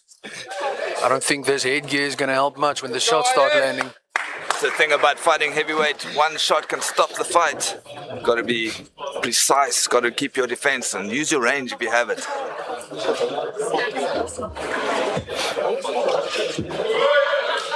And with this, guys, this size fighters, any shot can do it. And yet somehow the big man Saul Schrobbelaar makes them look small in there. He's going to take them both on his shoulders and show them how it's done. Here we go. Round number one. Very much looking forward to seeing this fight. I don't know, with a flying Superman there, but he eats the shot and the body kick as he comes in. I don't know, Carl, but I think this one is going to be quick. Arnu very, very fast for his size. High energy. Ooh. That spinning back almost looked like a bit of a hammer fist, but I don't know, it's moving with the punch. Some big shots to the body. He comes up top again, like he's working a bag there. Got this, Arnu! Goes for that high kick. Arnu loves the heavy bag. His hands are really quick for a guy's size as well. Big inside leg kick there. Lands on Keanu flush. I would like to see Keanu going to what he knows best, and that's the boxing, Carl. Yeah, I guess especially with, I don't know, coming in with the kicks, you know, just like put that straight shot out. He also needs to be careful that he doesn't get too relaxed with the boxing. You can see he's, you know, doing that Philly shell, but there's kicks here as well. There's knees that can come through. Arnu can give it from any direction. The crowd coming in very aggressive here. He needs to capitalize when he has him in the corner. The crowd reacting to these stinging shots here. These flush shots on the leg. Just got to be careful. Still round one, guys. The big boys throwing leather. Just careful they don't gas out too early, but they both still look pretty good, despite the high pace of this round. Arnu definitely has that leg kicks stacking up, you know, he makes them count. Nice head movement there, so you can definitely see the boxing coming through. Nice big right straight hands. Oh, the fight is not over. They thought it was over. I think he thought that there was maybe going to be a count there because Arnu definitely would fit days after that big shot landed. Arne took a big one there, and there goes the clapper for the first round. A sporting gesture there from Keanu to, not follow up and just look for that finish. Yeah. Waits for the ref. You can see his hands are very quick as well. Great round from this guy. Started with a furious pace and then started to set.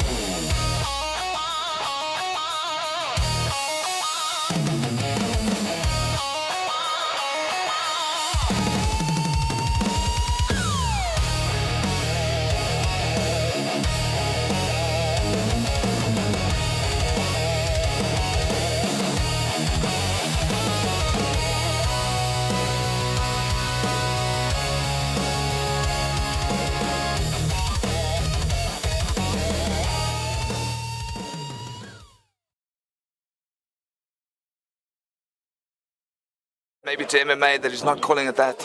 Yeah. Something we're going to have to go Google after this. Or maybe just ask the man himself.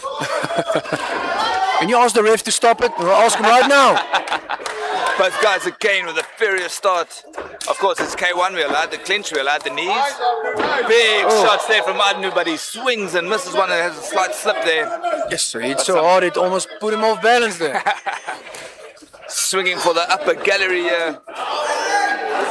Ooh, Arne took one on the nose there. Nice counter then, a big spinning back fist there from Keanu.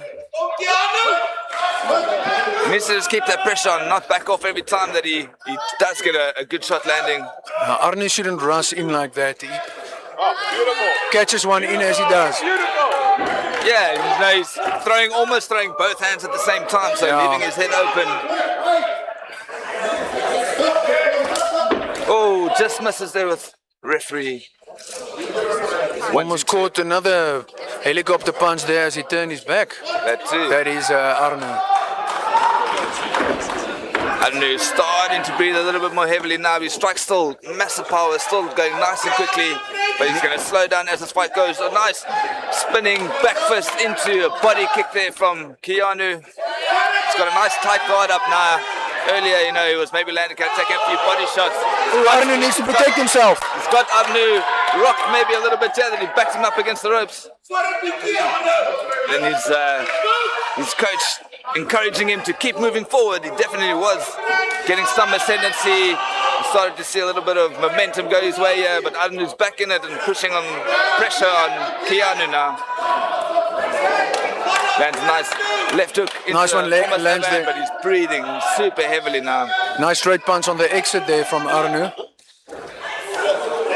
Keanu maybe just trying a slightly more lazy style, but definitely still effective when he does walk his man down there. And the guys are definitely a bit worn out now. I would like to see Arne going back to those leg kicks, Carl. That leg kicks are working. Maybe just a bit heavy in the legs to get them firing the way that he was earlier, but definitely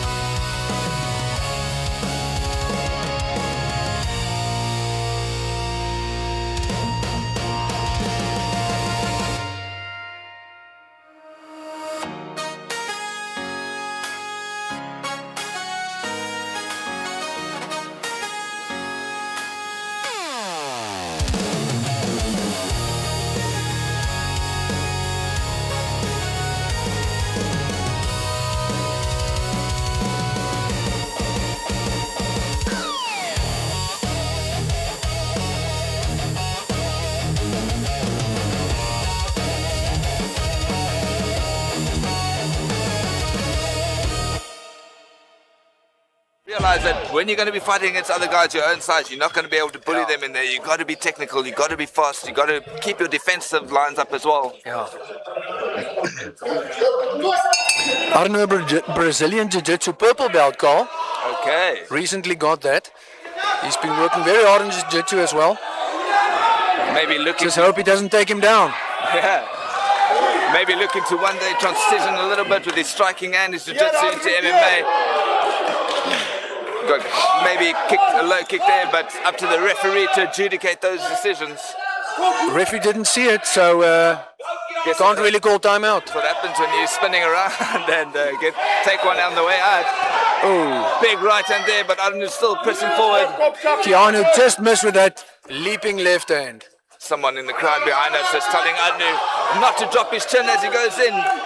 Maybe that fatigue's starting to show. He's getting a little bit overzealous and leaning in with his punches. Oh, Arno needs to keep his hands up. Oh, bit of a slip there. Caught the right one there. Caught him at the same time. I think Keanu thought maybe there was going to be a count, but yeah, he comes again. Yeah, Arno is looking for that. Looking very tired. He shouldn't drop his hands because of it. Should keep his hands nice and tucked in and pick his shots. His hands are low. And Keanu should capitalize on this now, because he looks like the fresher fighter. Definitely loading up, but both guys are tired. There's openings, but for them to get firing, it's a little bit hard, but they're doing really well here. Another big one, I think. Arno seems to be struggling with an ankle issue there. Keanu looking for the finish now. Maybe looking for the ref to stand in, but as you said, that he lands a couple of good ones. Some big shots raining down here. Arno needs to move.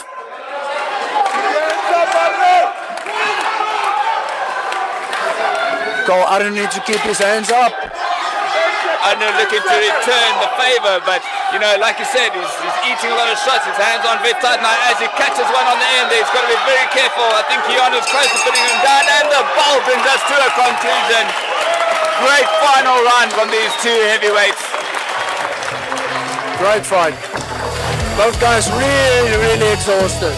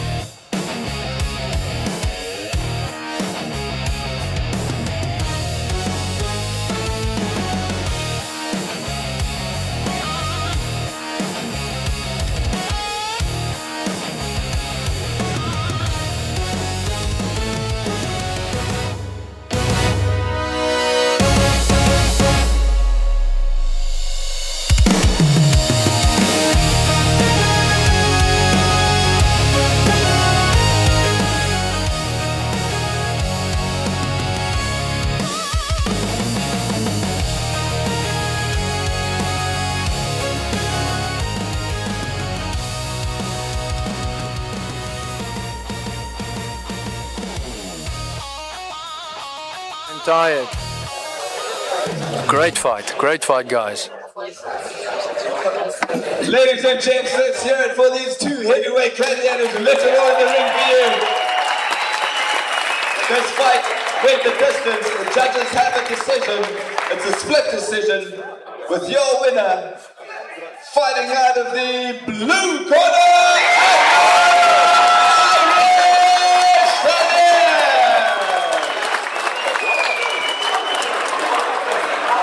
My man Arno takes it.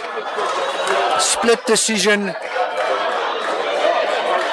All right, ladies and gents, we now move Hard fought fight. minute intermission. We'll see you here at around about 10 to 9 again.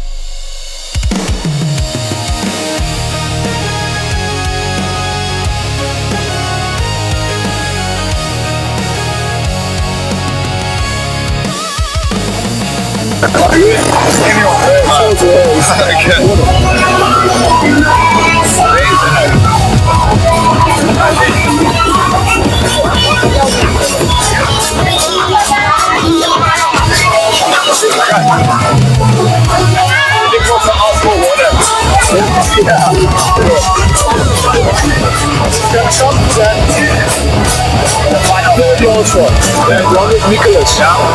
It's not only Shido, but it is Shido and MMA AK. Shido and MMA AK. So it's basically 2 M's, 2 A's and a K. But it's surrounded MMA with it. Mixed martial arts and action kickboxing. Okay. So MMA and AK. Yeah, so MMA and AK. So it's mixed martial arts and action kickboxing. Okay. But all MMA and AK. Shido and MMA. Yeah, okay.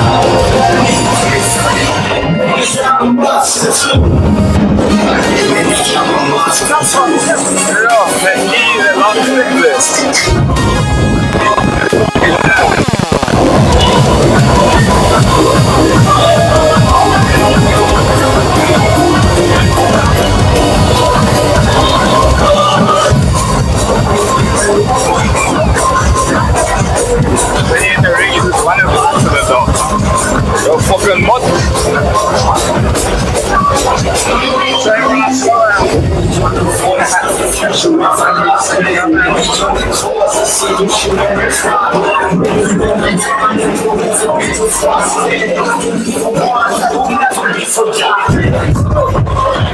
All right, ladies and gentlemen, we're just about ready to get underway with the second half of the show. Please help me in welcoming our next fighters to the ring. Introducing to you first, fighting out of the red corner and representing Mile High Kickboxing. Please welcome Shower Brave!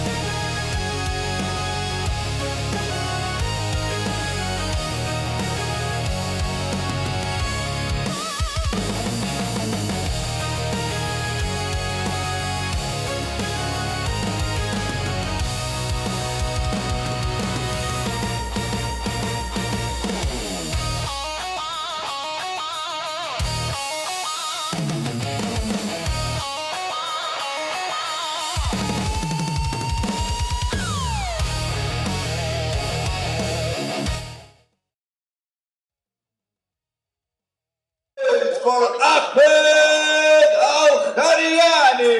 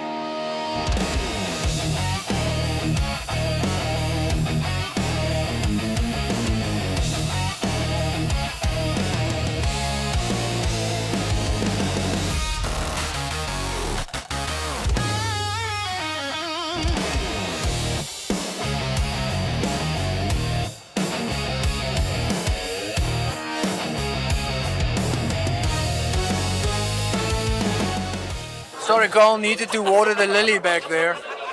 But you must have those odd ones. Watering with manure. All right.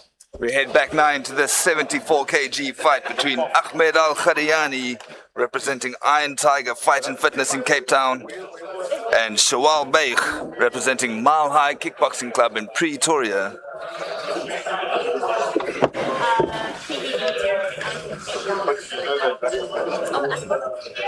Definitely see that Ahmed has a reach and height advantage here, quite a distinct one as well. Stretching in the corner, giving us a John Jones-esque little stretch there before he gets going. Referee does final checks and the guys meet each other in the center with the touch of gloves. Ahmed starting off with getting the low kicks and checks the return, then tries to sneak a high kick in.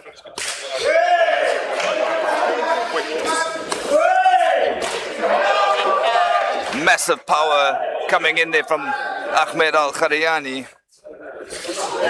Shawal needs to be careful. Nice little tap from the side there as well from him. Just to make sure he keeps those hands up for punches and kicks. You can see he got a bit flustered there.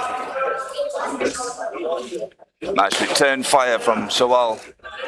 Ahmed trying to get tricky with him there. Lands the knee in the clinch.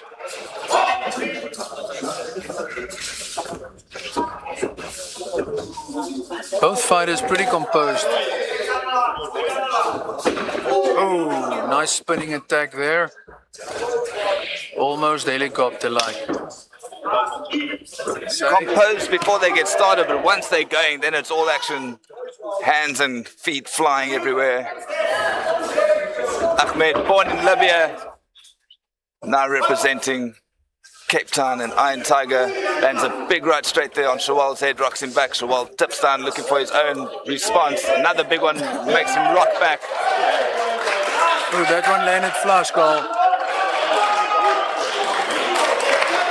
That was how many knees? 3 knees, but he held him, kneed, released, kneed again.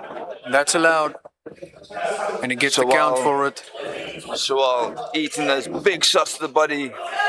But it was actually that initial right straight that got him a bit dazed there. Yeah, he seems to leave his chin up when he's striking himself, and that's 3 in the clinch now. I wonder if the referee's going to warn him or... That's a count, Carl. That's a count. Is he going to get up? Big body knees. The conditioning comes into play here, as well as the heart. Referees getting the fight back underway. Saved by the bell again. We see a lot of this tonight so far.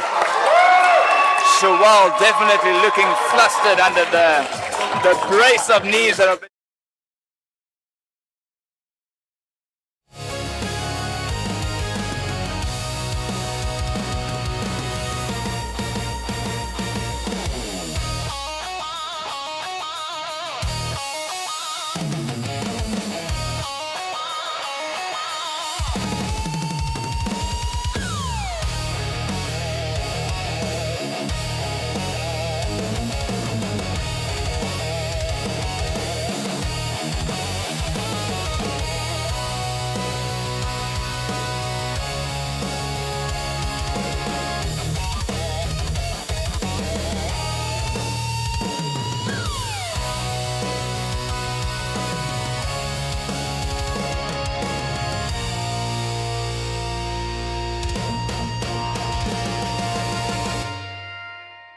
Not like my Afrikaans is...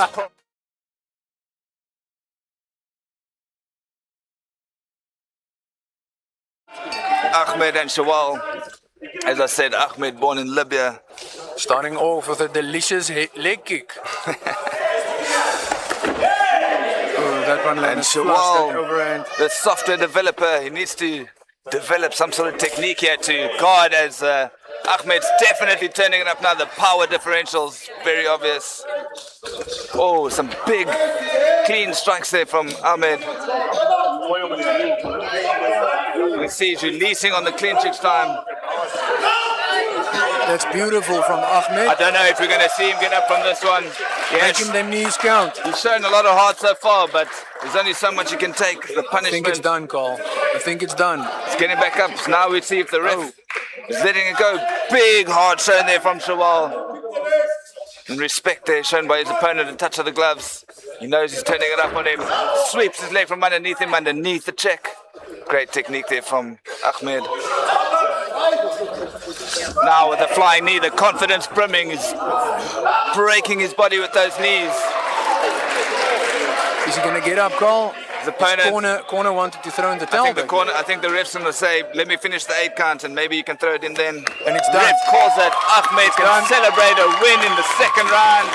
Need to protect that fighter as well, you know. Live to fight another day.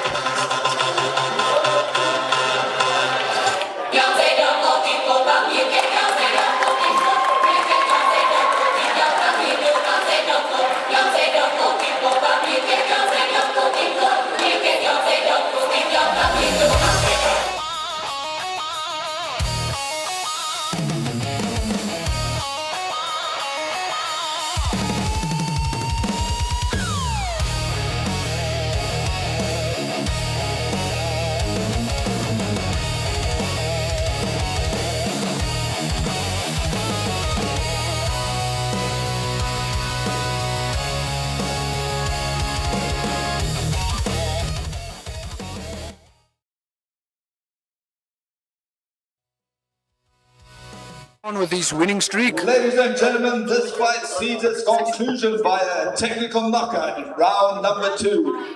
With your winner from the blue corner, Ahmed Al-Qadiani.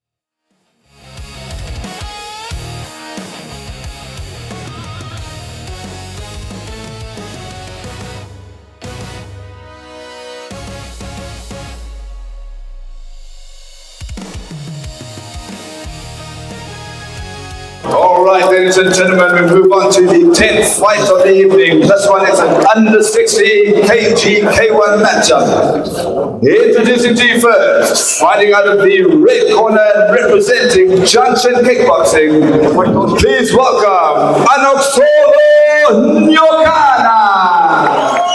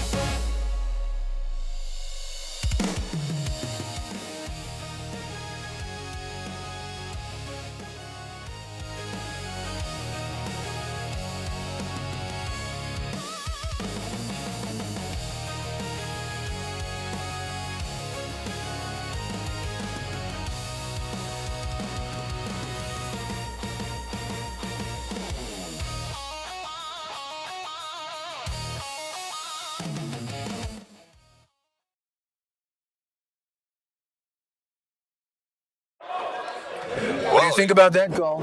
It's a little bit selfish because Conor McGregor said we're not here to compete. He was, talking about the whole of Ireland, whereas maybe Arnold Sola is talking about himself coming in.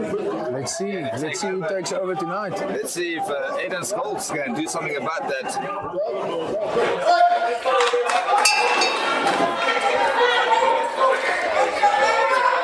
Straight from the get-go, Arnold Sola looking nice with a tight guard there. Aiden chopping the leg. Anaxolo looking very sharp here on the get-go with his boxing. Yeah, Picking his his shots movement's very very good. nicely. Looking for openings. I like how he mixes it to the body and then comes back up. Yeah, definitely a boxing heavy approach that he's taking, dipping down, stepping in for those kicks. Legs a very wide stance, almost in the karate base, but as he fires on off, they're very quick as well on his kicks. Hard inside leg kick from Anaxolo. Sort of shocked Aiden there with that inside leg kick, and then again with both those punches, his hands are he's very versatile here. We're seeing this fighter with fire, his range is good, his movement is good so far. Aiden struggling to shut that down. Maybe needs to put him in the corner here and not give him the space to move around. As soon as Anaxolo wants to finish off with a kick, as soon as Aiden is trying to finish off with the kick, Anaxolo is moving out of the way. Yeah, definitely good movement in and out from Anaxolo there. Using his reach very nicely. Definitely good flow. I see he's got a fight record of 9 wins and only 3 losses. These guys grow with each fight. As he barely missed with the head kick there. Yeah, Aiden needs to be careful. His opponent seems to be able to strike from distance and also make his way in. There he goes, hunting for that low kick, but Anaxolo wise to it. Catches him with a 1-2 and a nice big hook on the outside. Carl, Anaxolo likes that jab down the middle, and after a couple of them, you can think it will have Aiden dropping his hands. Exactly. Maybe for something else. Maybe a bit of a tactic of his, but also because he's got that long range, he's got good reach on his arms, he's stepping forward, hitting the body, making his opponent think, is it coming high, is it coming low, and then wearing him down in the body. Of course, every body shot taking a little bit out of him there. There goes the still having clocky. fun, but he doesn't really seem to have an answer on how to shut Anaxolo down here. I don't really know why he's celebrating. He's probably just enjoying this so much. Maybe he's not here to take over. Maybe he's here to compete. But it's often nice to see the guys enjoying what they're doing, This is still sport. It's still something we love to do. Not everything has to be super serious. As long as he can make the distinction about when to be serious about it. He first of all needs to concentrate on winning this fight, Carl. They can be buddies afterwards.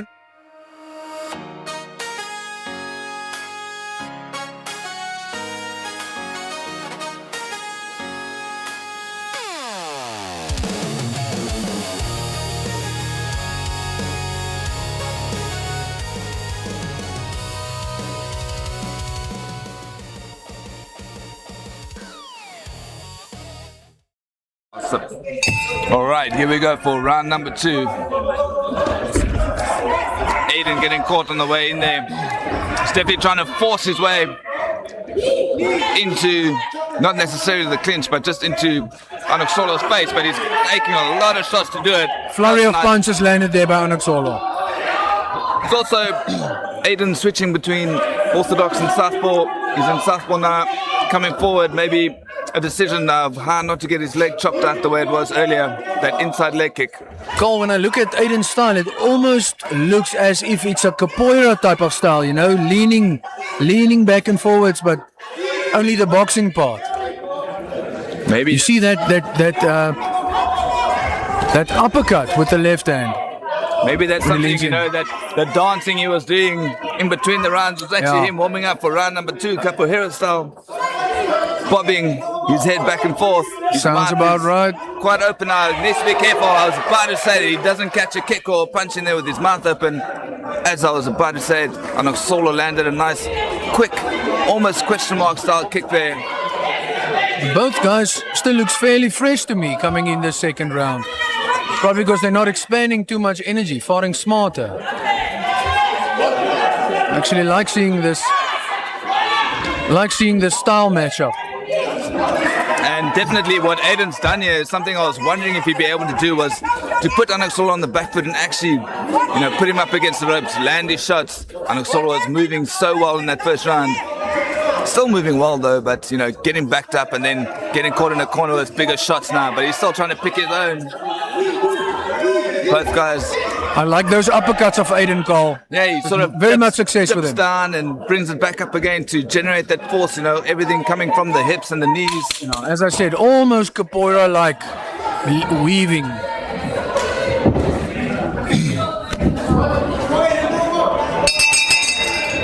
Second round, much closer this time. Let's see if he's still got the dance in him.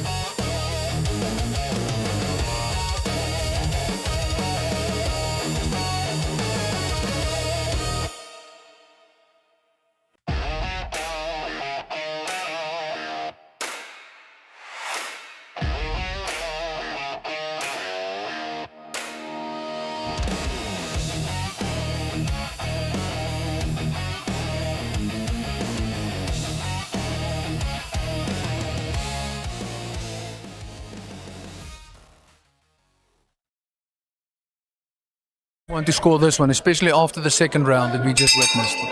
Guys touching gloves here. We might have an idea of who's in ascendancy, but it could go either way. So both of these guys need to push hard in this third round, make sure that they impress the judges, get those shots firing off, get those shots landing as well. Anoxolo being the busier of the two now, even if he's being backed up in the corner.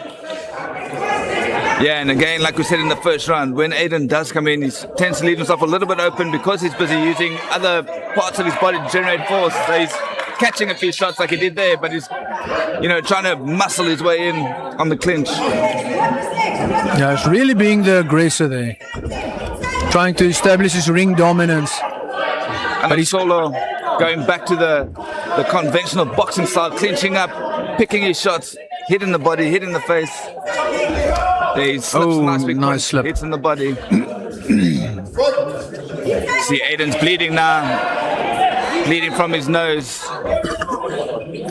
Eating a few big shots there. His mouth's wide open, needs to be careful. Clever little sneaky inside kick there from Anoxolo. Aiden busy putting the pressure on. There's a big knee from Anoxolo again. Oh, there's that uppercut, barely missed. Nice defensive work there from Anoxolo. Even though he's getting backed up in the clinch, he's still landing, especially with the knees. Anoxolo likes that sneaky inside calf kick. Seen it a couple of times now. Big shot there from Anoxolo. Another one, clinches up, lands his knee, backs off into the ropes again, pushes his opponent away. Aiden struggling to catch his breath here and look for some final flurry in the last 10 seconds of the bout. Anoxolo swinging wild. He knows it's only a few seconds left. Great fight from these guys. If it was up for grabs now in the third, Anoxolo really tried to make sure of that. Clinched it there. Let's hear what the judges have to say about it.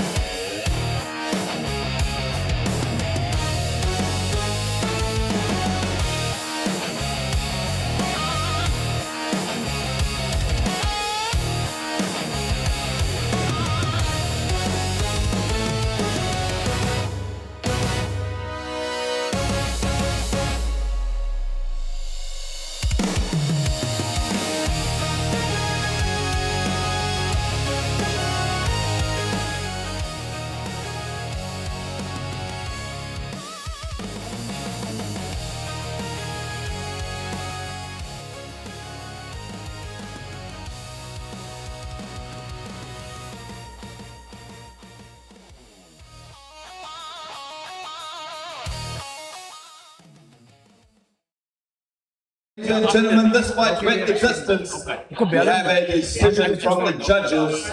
It's a unanimous one for your winner. Fighting out of the red corner,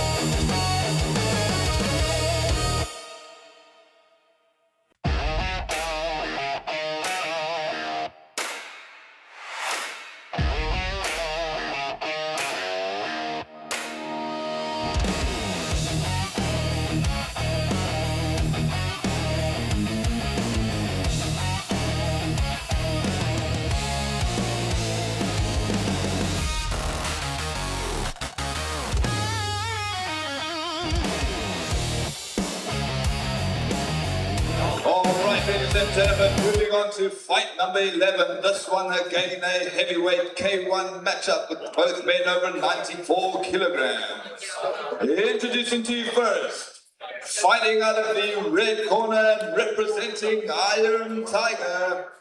Please welcome Lucani Francesco.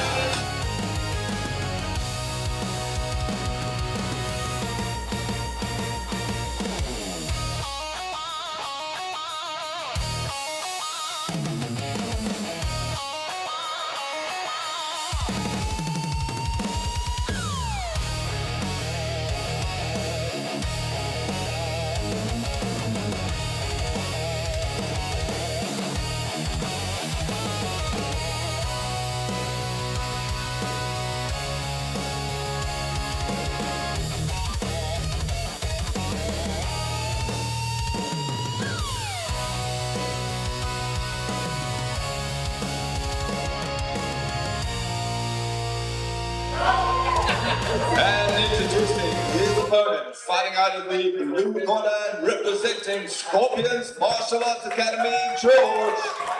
Make some noise for Lodi Yankee!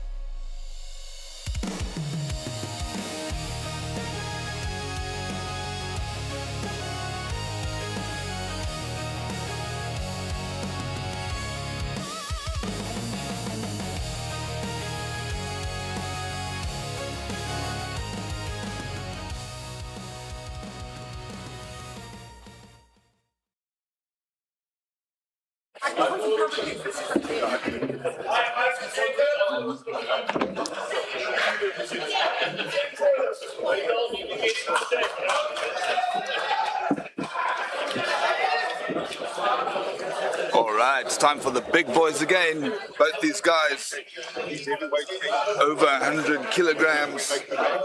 Lucchini in the red, Lodin in the blue. As Carl said, the big boys. But Lucchini fighting out of Cape Town, Iron Tiger. Lodin representing Scorpions here in George, in the Garden Route City.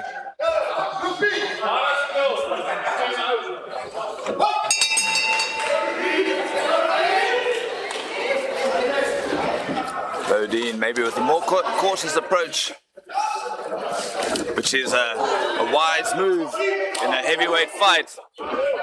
Often when you see the heavyweights go like this, you know, they bring out that little bit of tiger in each other. Real hard shots from Lodin Needs here. to be careful though. He's leaving himself very exposed as he's busy chasing down Lucchini there. Those hands need to stay up as well.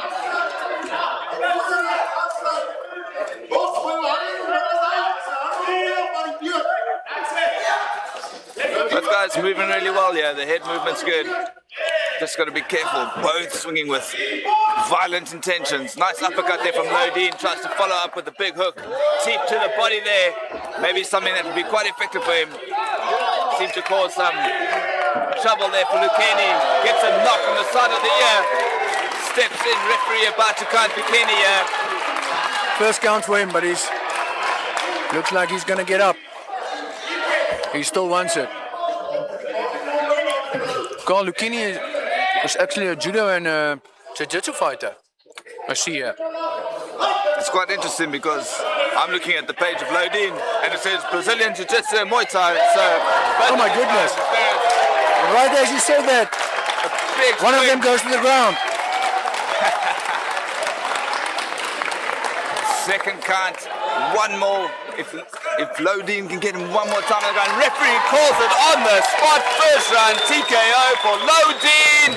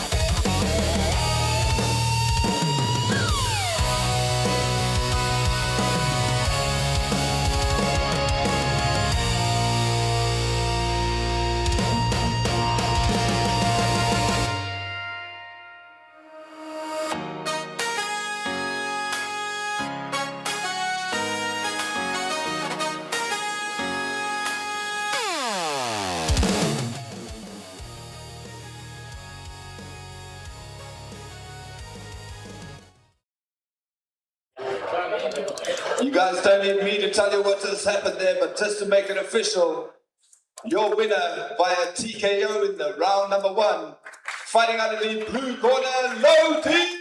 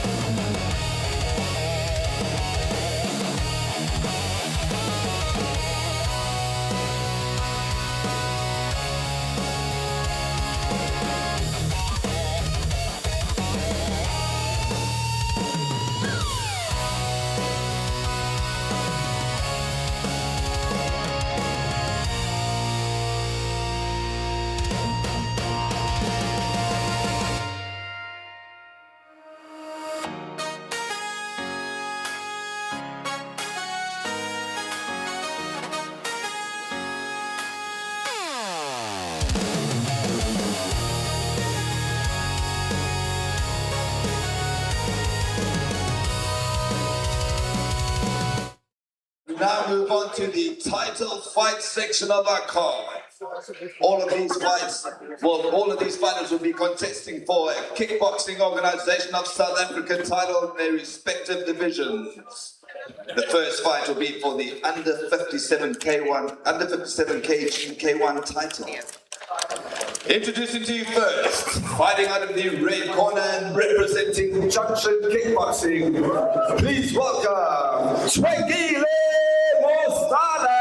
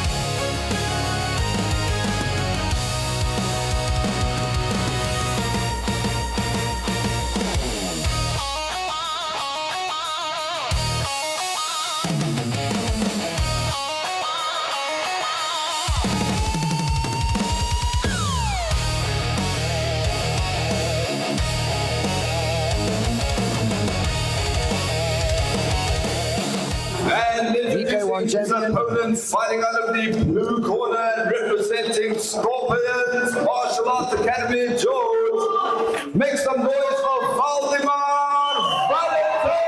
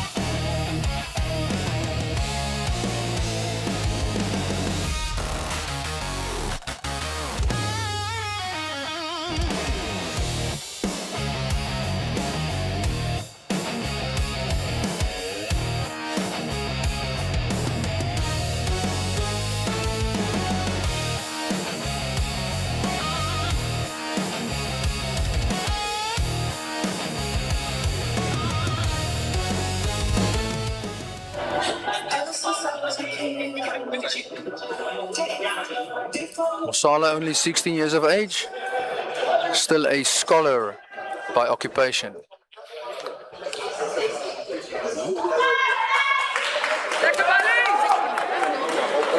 Tonight he wants to put up in a school of kickboxing.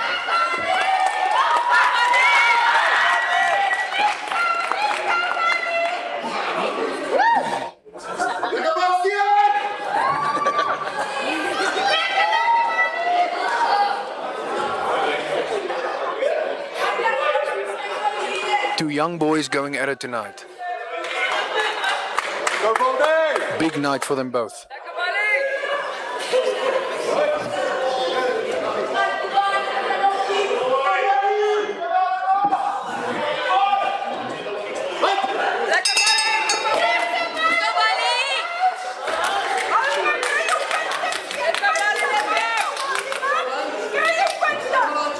Fight starts off with a nice feeling out process.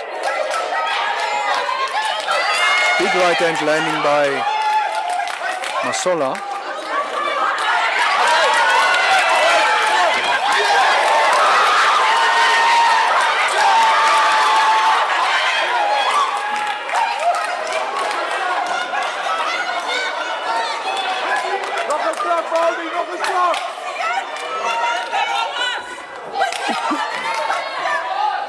Still a bit of a feeling out process. Big right hand landing by Waldemar.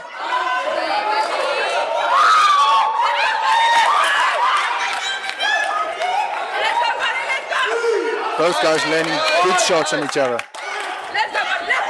Ooh, Mosala has charged up.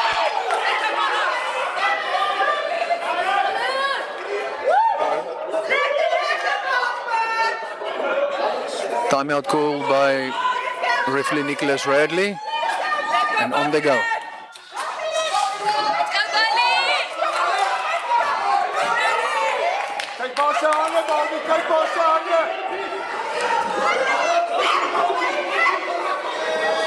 Mosala changing Waldemar down a bit. Here goes the clapper, almost the end of round one.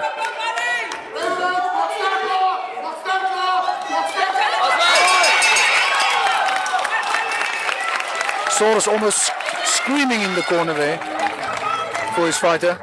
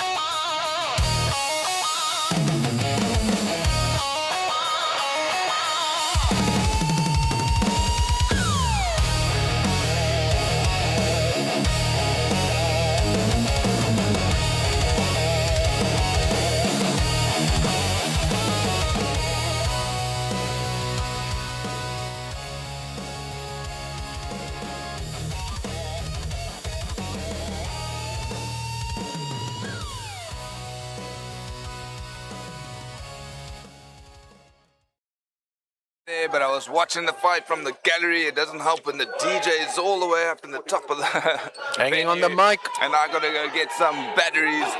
But from what I saw there, Valdemar putting a lot of pressure on, some really good clean strikes, putting Mogile under pressure. Mogile looks like more of a boxing heavy fighter. There we go, Valdemar turning it on. The crowd going so loud, I'm going to lean into the microphone here. Waldemar almost falling out of the ropes there as Nick calls timeout. Just having a talk in there to Kwangile, telling him I understand the adrenaline running through you, but when your opponent's through the ropes and the referee tells you to stop, you stop.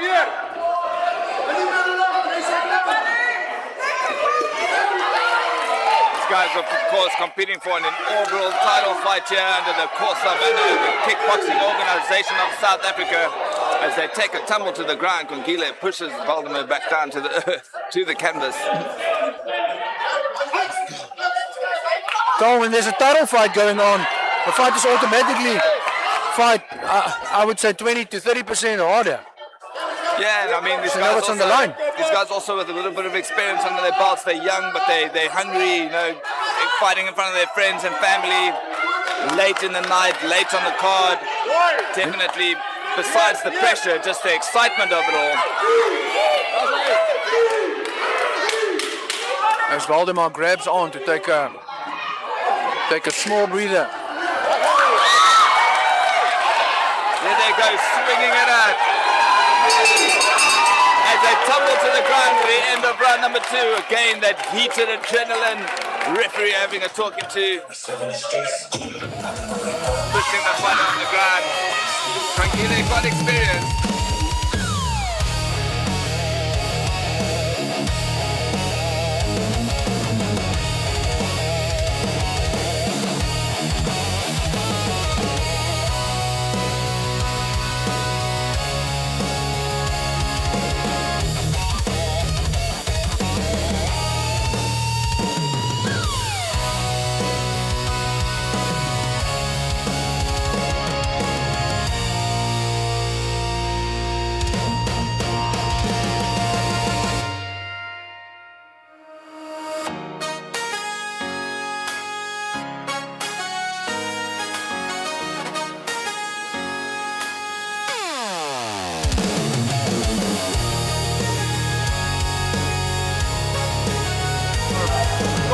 Gets in the final couple of stretches, almost as if he's making ready to land some head kicks. Some high kicks. Maybe just also making sure that his flexibility is still good there.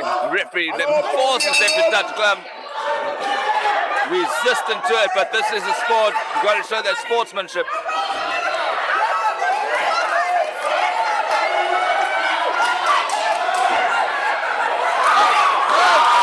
Wow, looping swing. Valdemir touching him with the punches, touching him with his kicks, pushing him to the ground with a high tee, but the referee warns him no catching allowed. If you are going to catch, you must strike straight away. No movement, may not push your opponent off balance. Mosala just misses with a big overhand as they clinch up. Maybe time now with Kwangile's hands down to look for that high kick. Maybe set it up, feint a jab and then swing, because you know his hands are still there when he backs you up. I think it's coming, Carl. I think he just waits. Kwangile can look. Ooh. Almost took out one of the bulbs there with the big swing. huge uppercut. The lights, literally the lights above him, as well as his lights out. I know it was just me, Carl, but that made the lights dim a bit. Kwangile, got to be careful here. You got to warn him from the referee for the attitude that he's showing in the ring. But you know, that's brazen attitude, but it's good. He's fired up. He's ready to take this title. Mosala unbelievably fired up, as Carl said, ready to take the title. As he unleashes there with a flurry to the body. Great body shots. Hook, and coming up top again. The final 10 seconds of this fight. Wow, great exhibition from two young and hungry fighters. Let's see what the judges thought about it.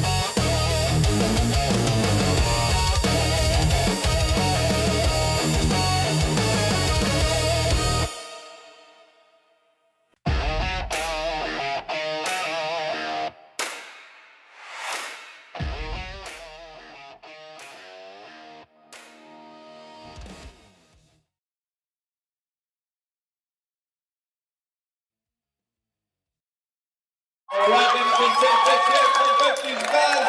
Both had their hands up, both expecting the win. This one went the distance. The judges have a decision for us. It's a unanimous one with your winner from the blue.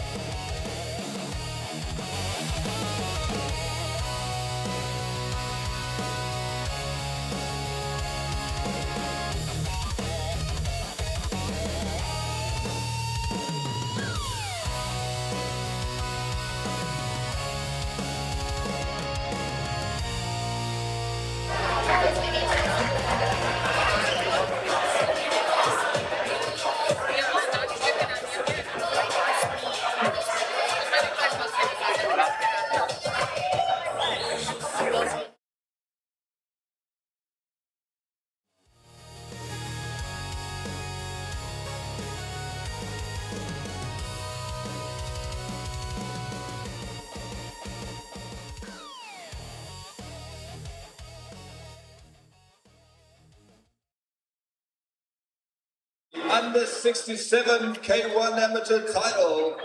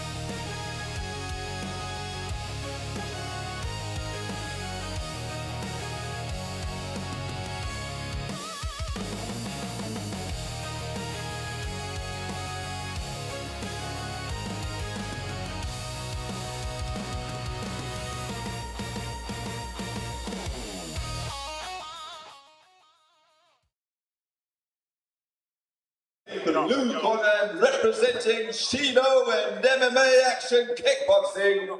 Please welcome Nicholas Watt.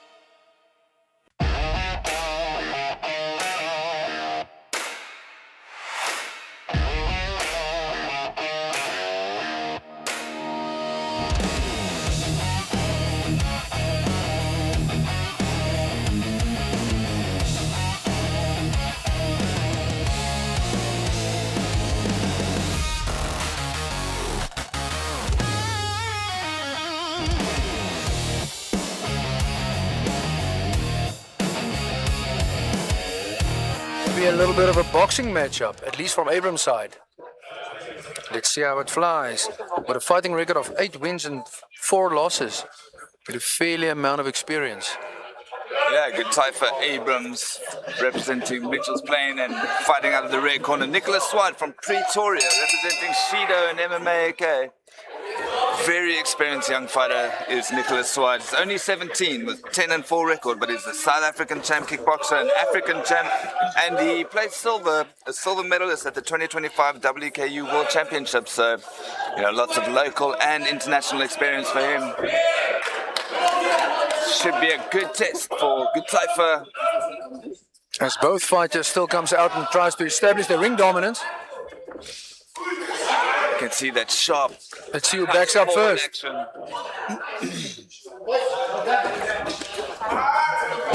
Sharp boxing and kicking from Abram's call. Yeah, Nice and both guys crisp. Actually, like moving really well, picking their shots. Ooh, a nice counter hook there from Gutaifa. Carl, if Abrams was the chocolate, he'll definitely be a peppermint crisp. Explain why. Because he's crisp.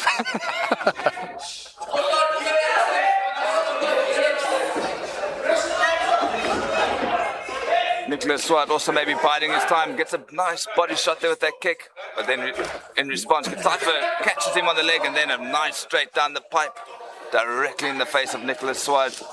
Gutaifa's doing well here on the counters, you know. Nicholas is putting a lot of pressure and moving his feet while he's striking, coming forward. It's nice to see that, but Gutaifa's doing well. Oh, as I say that, he gets caught with a big straight left. Another one.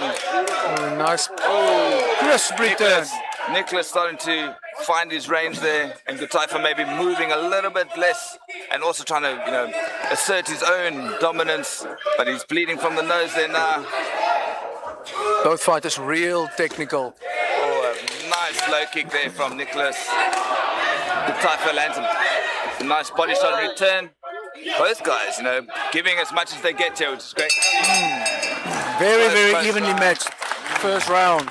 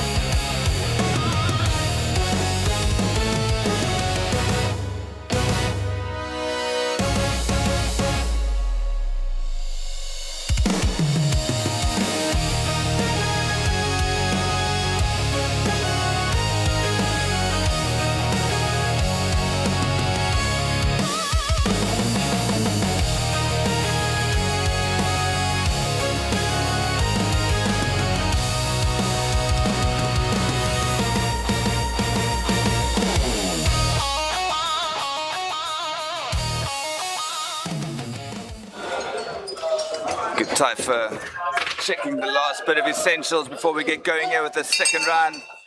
Both fighters meet in the center for this one. Swiped in the blue and southpaw.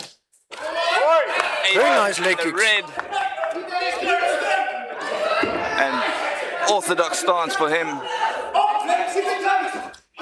Nice slip of the head there. Both guys really aware of what's coming at them, which is good to see for these young fighters. Carl, check the kicks on the exit from Abram. Pretty nice and impressive. Yeah, he's done really well to pick up those points, like he's exiting, finding his shots.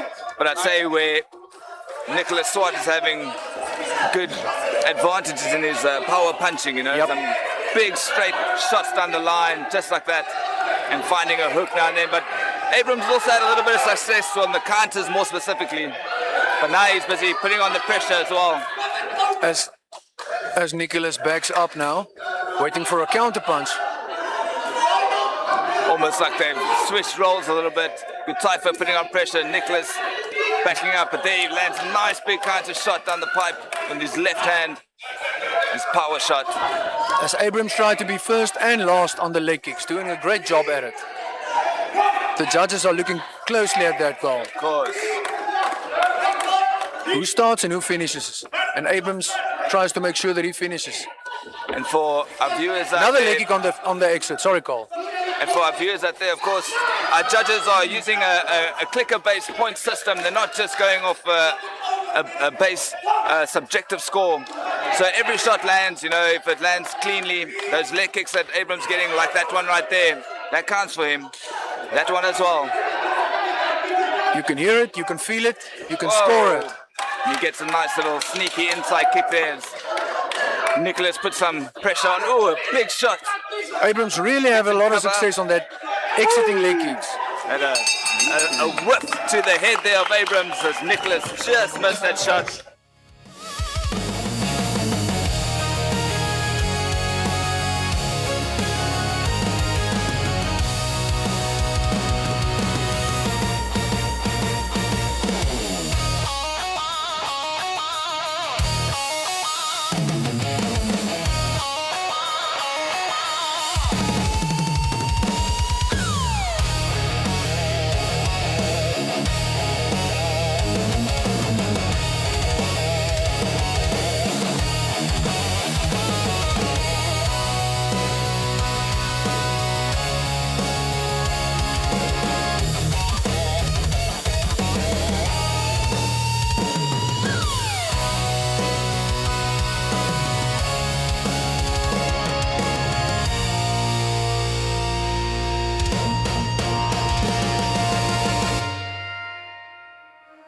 Sounds coming through like when the DJ is playing.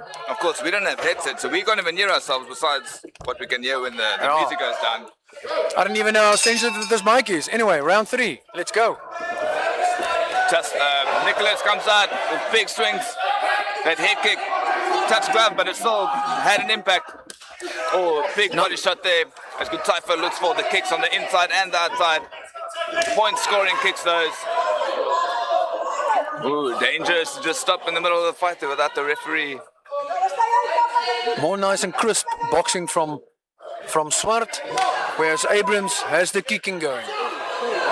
Ooh, that one's in the basket. As they both went for a low kick at the same time. A little break here. Oh, well, mainly for Nicholas. As Gutaifa tries to regather. Interestingly, the first cup shot we've seen tonight. Nice awareness there from Gutaifa. Both times missed the head kick. Leans back for the punch. Crosses up for the punch. It's good to see that.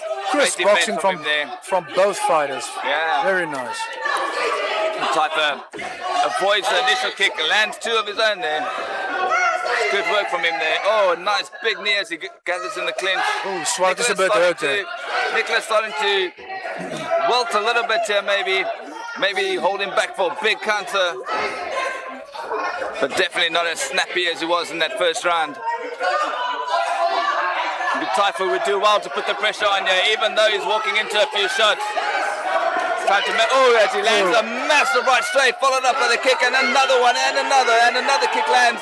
Nicholas doing everything he can to return fire here. Oof, both fighters going to work on the legs. These guys are not going to jog tomorrow, Carl. Jog tomorrow. I want to see them get out the ring after this fight. Oh, one last sneaky leg kick to break it. Oh, those headshots landing at the same time. Bit of bobble heads going on here. Gutaifa's doing so well to just put that right hand straight down the pipe and find Nicholas as he's trying to close distance.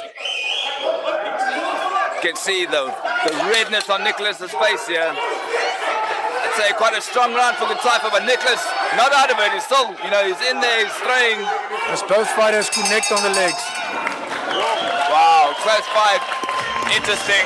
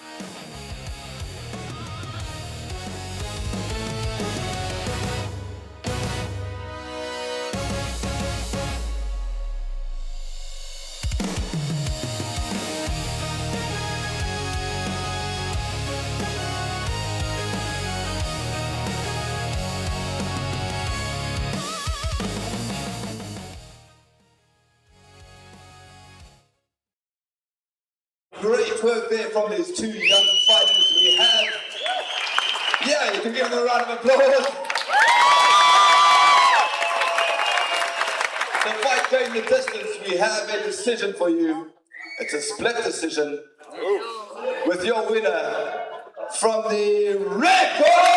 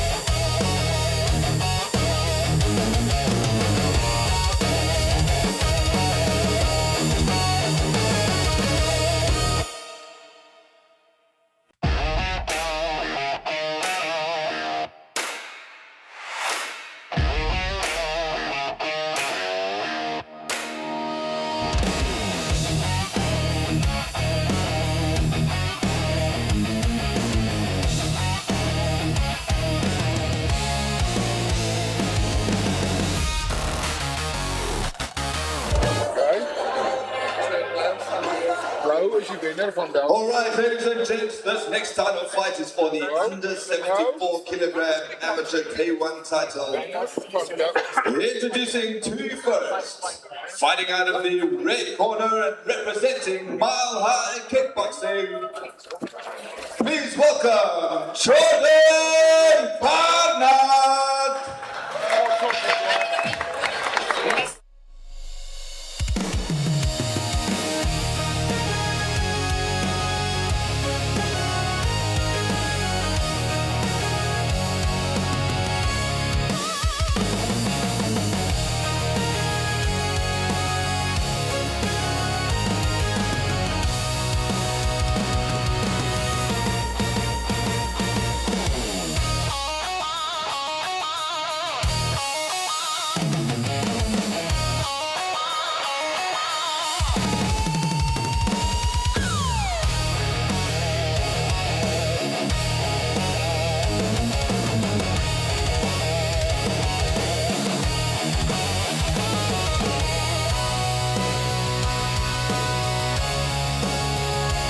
His opponent, fighting out of the blue corner and representing Scorpions Martial Arts Academy, George. Make some noise for Jordan Barnard.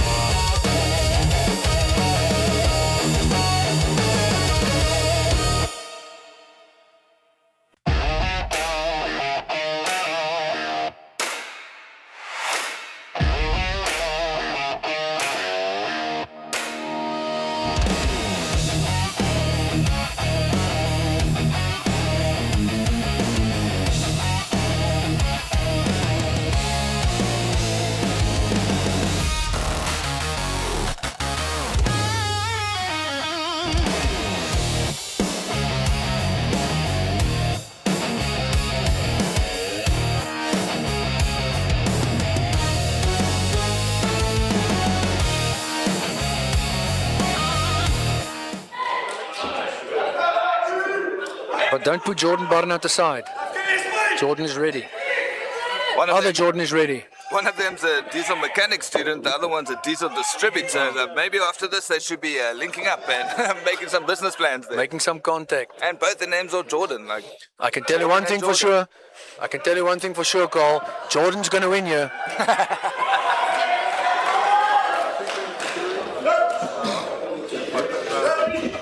just a pity we can't have both Jordans win, but we're about to see these guys get underway here. Round number one kicks off for the under 74 kg title. Jordan Barnard there. I guess we're going to have to use surnames. Barnard going for that flying knee right from the start. Everly looking calm though. Picking his shots from the outside. Ooh, nice spinning heel kick there by Jordan. Everly evades it and comes back with a barrage of punches and kicks of his own. Again, good head movement from Everly. Carl, I have a feeling this one is going to end early. You see Everly with, again, like you've seen in a few fights, like a big power distribution between the two fighters.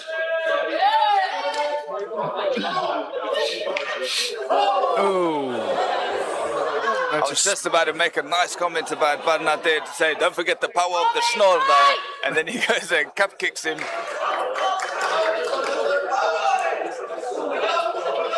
Just needs to be a little bit more accurate there and lift that kick, you know, especially if you are going for a spinning kick, you want to look for maybe the liver, the solar plexus, lift it up a little bit anyway. But accidents happen, these things happen, it's sport, there's lots of movement involved, no one means to do that. No, it's not intentional, but yeah, as Carl said, it sometimes happens. But you need to take appropriate measure to make sure it does not happen. Like wearing your cup, for instance. as we get back to the action here. Barnard got some good movement there, but Everly catching him. That's probably a broken nose perhaps here. Referee stepping in, caught him with a big shot and then a big kick. Well, I think that was in the eye. Continues wincing. His I don't think eyes it's are going to almost continue. closed. I think it's going to be done. Nick is going to He call says it. yes, he says yes. Nick is going to call it. On the second ask.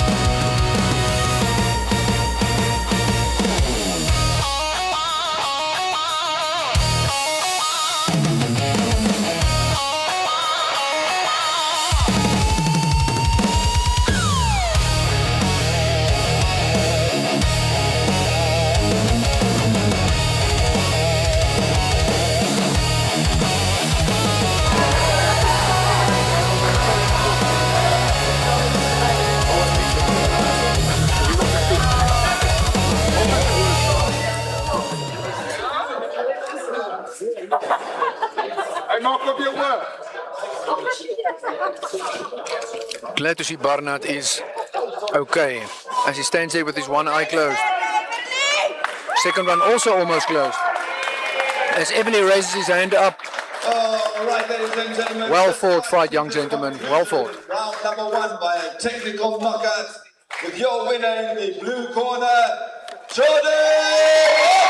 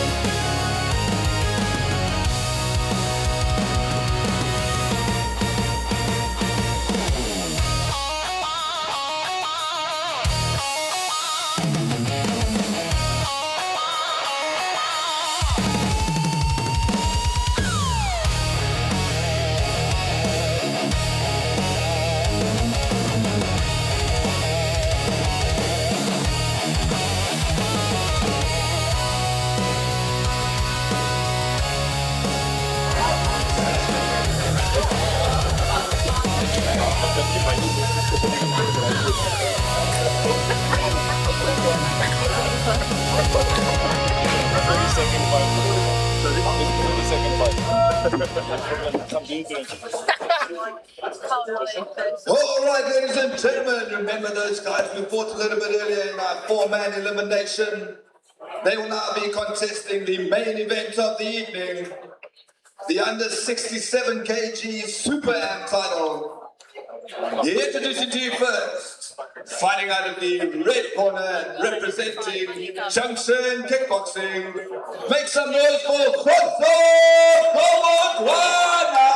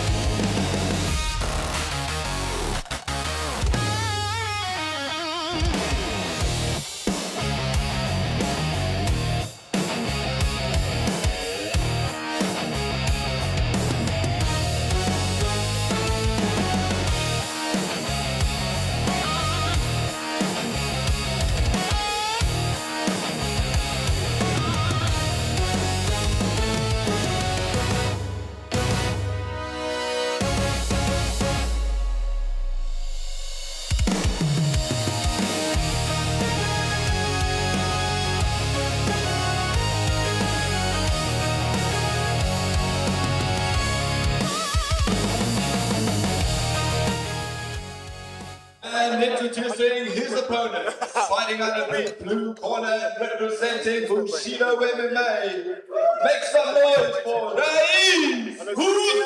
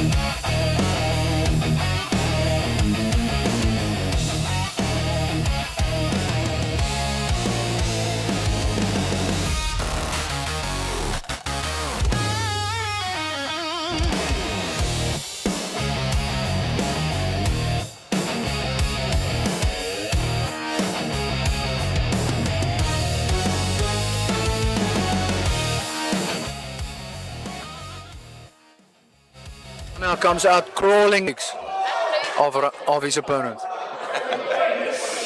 All right, this one's for all the marbles, as my friend Devon Curry would say. These guys are facing each other now. We have Khotso Komodwana in the red and Rais Hussein in the blue. Both guys actually representing Cape Town here in George. Rais opens up with a big fight. We know that Khotso's got heavy hands. He's going to look to use them early. Rais is going to need to try and tie him out, stay long. Oh, as I said, he catches him with a nice big hook as well. Both guys. Huge hooks from Khotso. Khotso puts Rais on the canvas with a nice teep. But from the beginning, you wouldn't say these guys have already fought. Another shot to the cup. As we mentioned earlier, there was only one. Now we've seen three, one in every fight since the first one. You wouldn't say these guys have had a fight already tonight. They're both pretty crisp, pretty fresh. It's good to see well-conditioned young fighters. This guy's obviously prepared for having two fights on one night. Yeah. That's a different mindset. Race again. As Khotso comes out with big guns. Maybe caught the elastic of his cup or something there, but Rai's doing well with those quick snapping kicks, but that power that we see generated from Khotso is, we're hearing a thud, I wonder what that sounds like on the stream. But Rai's doing well again. We know that he likes that spinning back fist. Maybe just needs to keep his range, not engage too much in a fist fight here, although he's pretty strong himself, but as Khotso backs Rashid up against the ropes, landing some huge bombs, and then they clinch up. But referee Soros separates them. As Khotso comes in, it's maybe a chance for Raiz to push long again, getting hit in the cup there. Both Getting guys the have had cup. a chance now. Oh man, I can feel it sting.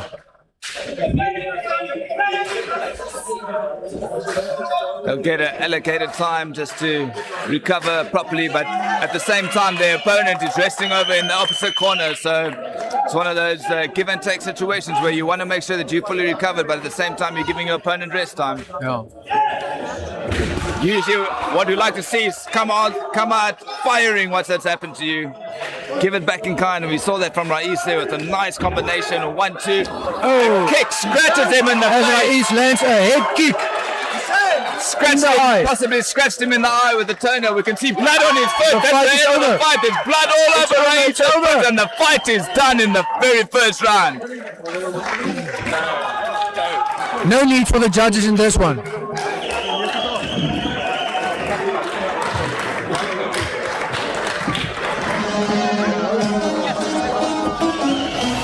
What a event. You can see Raiz's eye.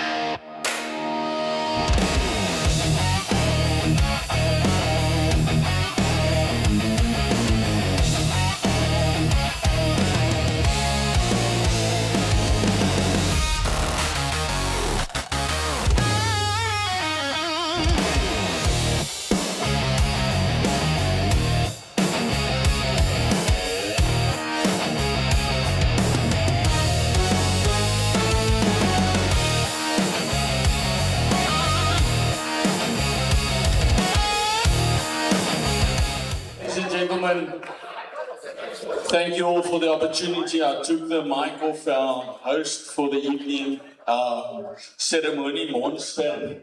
He's been doing an absolutely fantastic job. Give him a round of applause. This being our final event for the evening, as President of Western Cape Martial Arts, some of you all have seen a very attractive lady standing next to me with a very important belt. This is our National President of Martial Arts South Africa. Please give her a round of applause.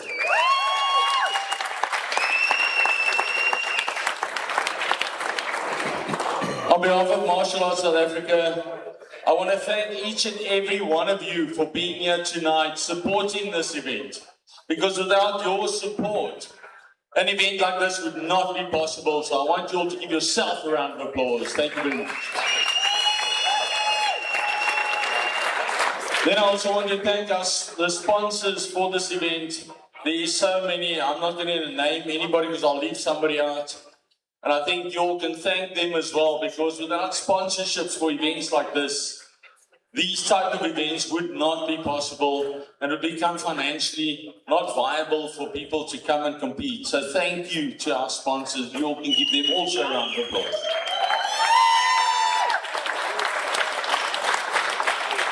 Then I want to give a special person who's got the vision for this. He put this whole event together.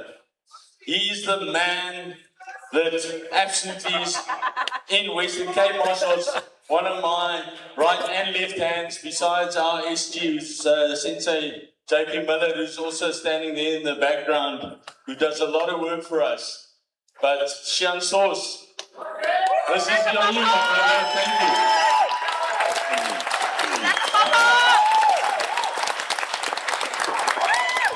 So thank you all for being here. I'm going to hand over to our ceremony monster. He's been doing a great job. Congratulations to our fighters. They've been doing a great job. Martial arts in Western Cape. Sky high, my brother. Sky high.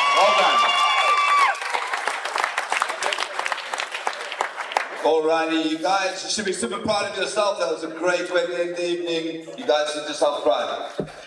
Your winner by a TKO in round number 1 under the blue corner. Hey!